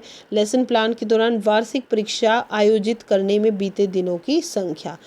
फिर से ऐसी स्टेटमेंट हमें ढूंढनी है जो ट्रू नहीं है। तो यहाँ पे जो स्टेटमेंट ट्रू नहीं है भाई वो है हमारी learning is the process of inducing creativity among the children. ये ट्रू नहीं है। ठीक है, मतलब अधिगम बच्चों में रचनात्मक को अभिप्रेरित करने की एक प्रक्रिया है। ठीक है, मतलब अधिगम से हम क्रिएटिविटी नहीं ला सकते। हाँ, हम ये कह सकते हैं कि अगर बच्चा क्रिएटिव है तो उसकी लर्निंग अच्छी है। ठीक है। How many behaviour be include in single observation so that it is more scientific and valid. एकल अवलोकन में कितने व्यवहार शामिल किए जाएं ताकि यह अधिक वैज्ञानिक और वैध हो सके? तो इसमें हमें 1 और 2 ऑब्जर्वेशन को इंक्लूड करना होगा। What is not an advantage of similar ability grouping? Similar ability grouping में से कौन एक एडवांटेज इनमें से नहीं है? Reduction of ability of gap between the group, मतलब समूहों के बीच योग्यता अंतर की कमी, ये एक एडवांटेज नहीं है। Which one of the following may not be a part of strategy for assessment of learning. तो इनमें से कौन सा एक पार्ट नहीं है असेसमेंट ऑफ लर्निंग का? तो peer assessment is not a part of assessment of learning and other 3 is the part. A mentally challenged child, जो एक मेंटली चैलेंज चाइल्ड है, can attain mastery with alternative suitable environment and method. मतलब कोई mentally challenge child है लेकिन वो भी mastery gain कर सकता है जब हम उनको सूटेबल एनवायरनमेंट दें और उनके अकॉर्डिंग ही मेथड से उनको टीच किया जाए। ठीक है, नेक्स्ट देखिए, which type of relationship enhance learning among teacher and student. किस तरह की रिलेशनशिप से एक टीचर और स्टूडेंट के बीच में लर्निंग एनहांस होगी? तो ये हमने पहले भी स्टडी किया है, इमोशनल रिलेशनशिप उनके बीच में होना चाहिए। Diksha program by ministry of education is about, किस बारे में था दीक्षा प्रोग्राम? तो ये एक डिजिटल इंफ्रास्ट्रक्चर रिसोर्स था। The urgent requirement in school with respect to learning process as emphasized in NEP 2020 is, क्या अर्जेंट रिक्वायरमेंट है स्कूल के अंदर जो हमें गेन करनी है 2025 तक प्राइमरी स्कूल में? Foundation literacy and numeracy. What is informal education? Informal education क्या होती है? ऐसी एजुकेशन जिसको हम गेन करते हैं वेरियस सोर्सेज, बहुत सारे सोर्सेज से, फैमिली से, रिलीजियस इंस्टीट्यूट से, मतलब कहीं से भी अगर हमने आउटर स्कूल को छोड़ के जो एजुकेशन गेन की वो इनफॉर्मल में आ जाती है और स्कूल वाली हमारी फॉर्मल है। Phonology in language development of a child, इसका मीनिंग क्या है फोनोलॉजी का? तो जब हम क्रिएट करते हैं साउंड एट स्पीच, वाक ध्वनि उत्पन्न करना, इसी को फोनोलॉजी बोलते हैं। एक्सपीरियंशियल लर्निंग, ये भी आ चुका, hands on learning, learning by doing को हम एक्सपीरियंशियल लर्निंग बोलते हैं। डैश एनहांस लर्निंग इन क्लासरूम, तो किससे होती है भाई? AV एड्स से, ऑडियो विजुअल एड्स से, ICT टूल्स का यूज़ करके हम एनहांस कर सकते हैं लर्निंग को। Environment is an element of, किसका एलिमेंट होता है? तो ये होता है कनेक्टिविज्म, संसक्ततावाद। पर्पज़ क्या होता है करिकुलम का स्कूल में? जो करिकुलम दिया जाता है स्कूल में उसका पर्पज़ क्या होता है ये हमें बताना है। हम करिकुलम के थ्रू जो हमारे स्टैंडर्डाइज लर्निंग गोल्स हैं उनको अचीव कर सकते हैं। What is the meaning of learning is, learning का मीनिंग क्या होता है? तो ये होता है भाई पॉजिटिव अल्टर्ड बिहेवियर, सकारात्मक परिवर्तित व्यवहार according to situation. When the child is directly expose to life situation, तो इसको किस तरह की लर्निंग बोला जाएगा ये हमें बताना है कि बच्चे को डायरेक्ट उसकी लाइफ स्थिति में कुछ सिखाया जा रहा है, तो ये लर्निंग है एक्सपीरियंशियल, जहाँ बच्चा खुद एक्सपीरियंस करके सीख रहा है। तो न्यू एजुकेशन पॉलिसी का जो न्यू पैटर्न है स्कूल एजुकेशन का वो है 5+3+3+4। By visiting a forest what the child will be able to develop, क्या एक बच्चा डेवलप कर सकता है फॉरेस्ट की विजिट करके? तो वो सेल्फ खुद से एक्सप्लोर करेगा कैपेसिटी, अपनी कैपेसिटी को। मेन प्रोफेशनल रिस्पॉन्सिबिलिटी एक हेड मास्टर की एडमिनिस्ट्रेशन से अलग क्या होगी? तो वो होगी टीचिंग भी वो कराए, अध्यापन भी वो कराए। What may not be a function of education, इनमें से क्या एजुकेशन का एक फंक्शन नहीं है? ट्रांसमिट करना knowledge to the society is a function, transform करना सोसाइटी को ये भी फंक्शन है एजुकेशन का, हेल्दी सोसाइटी बनाना। लेकिन स्प्रेड करना ऑर्थोडॉक्स, कट्टरपंथ और अंधविश्वास का प्रसार करना, ये हमारी एजुकेशन का फोकस नहीं है। तो ये था भाई हमारा सेकंड जो यूनिट है उसका मैराथन और question related to that topics. Hope करती हूँ आप सभी को क्वेश्चन अच्छे लगे होंगे और सारा थ्योरेटिकल पार्ट भी आपको समझ आया होगा। अगर आपको वीडियो पसंद आती है तो वीडियो को लाइक करें, शेयर करें और अपने चैनल को सब्सक्राइब करें। Thank you everyone.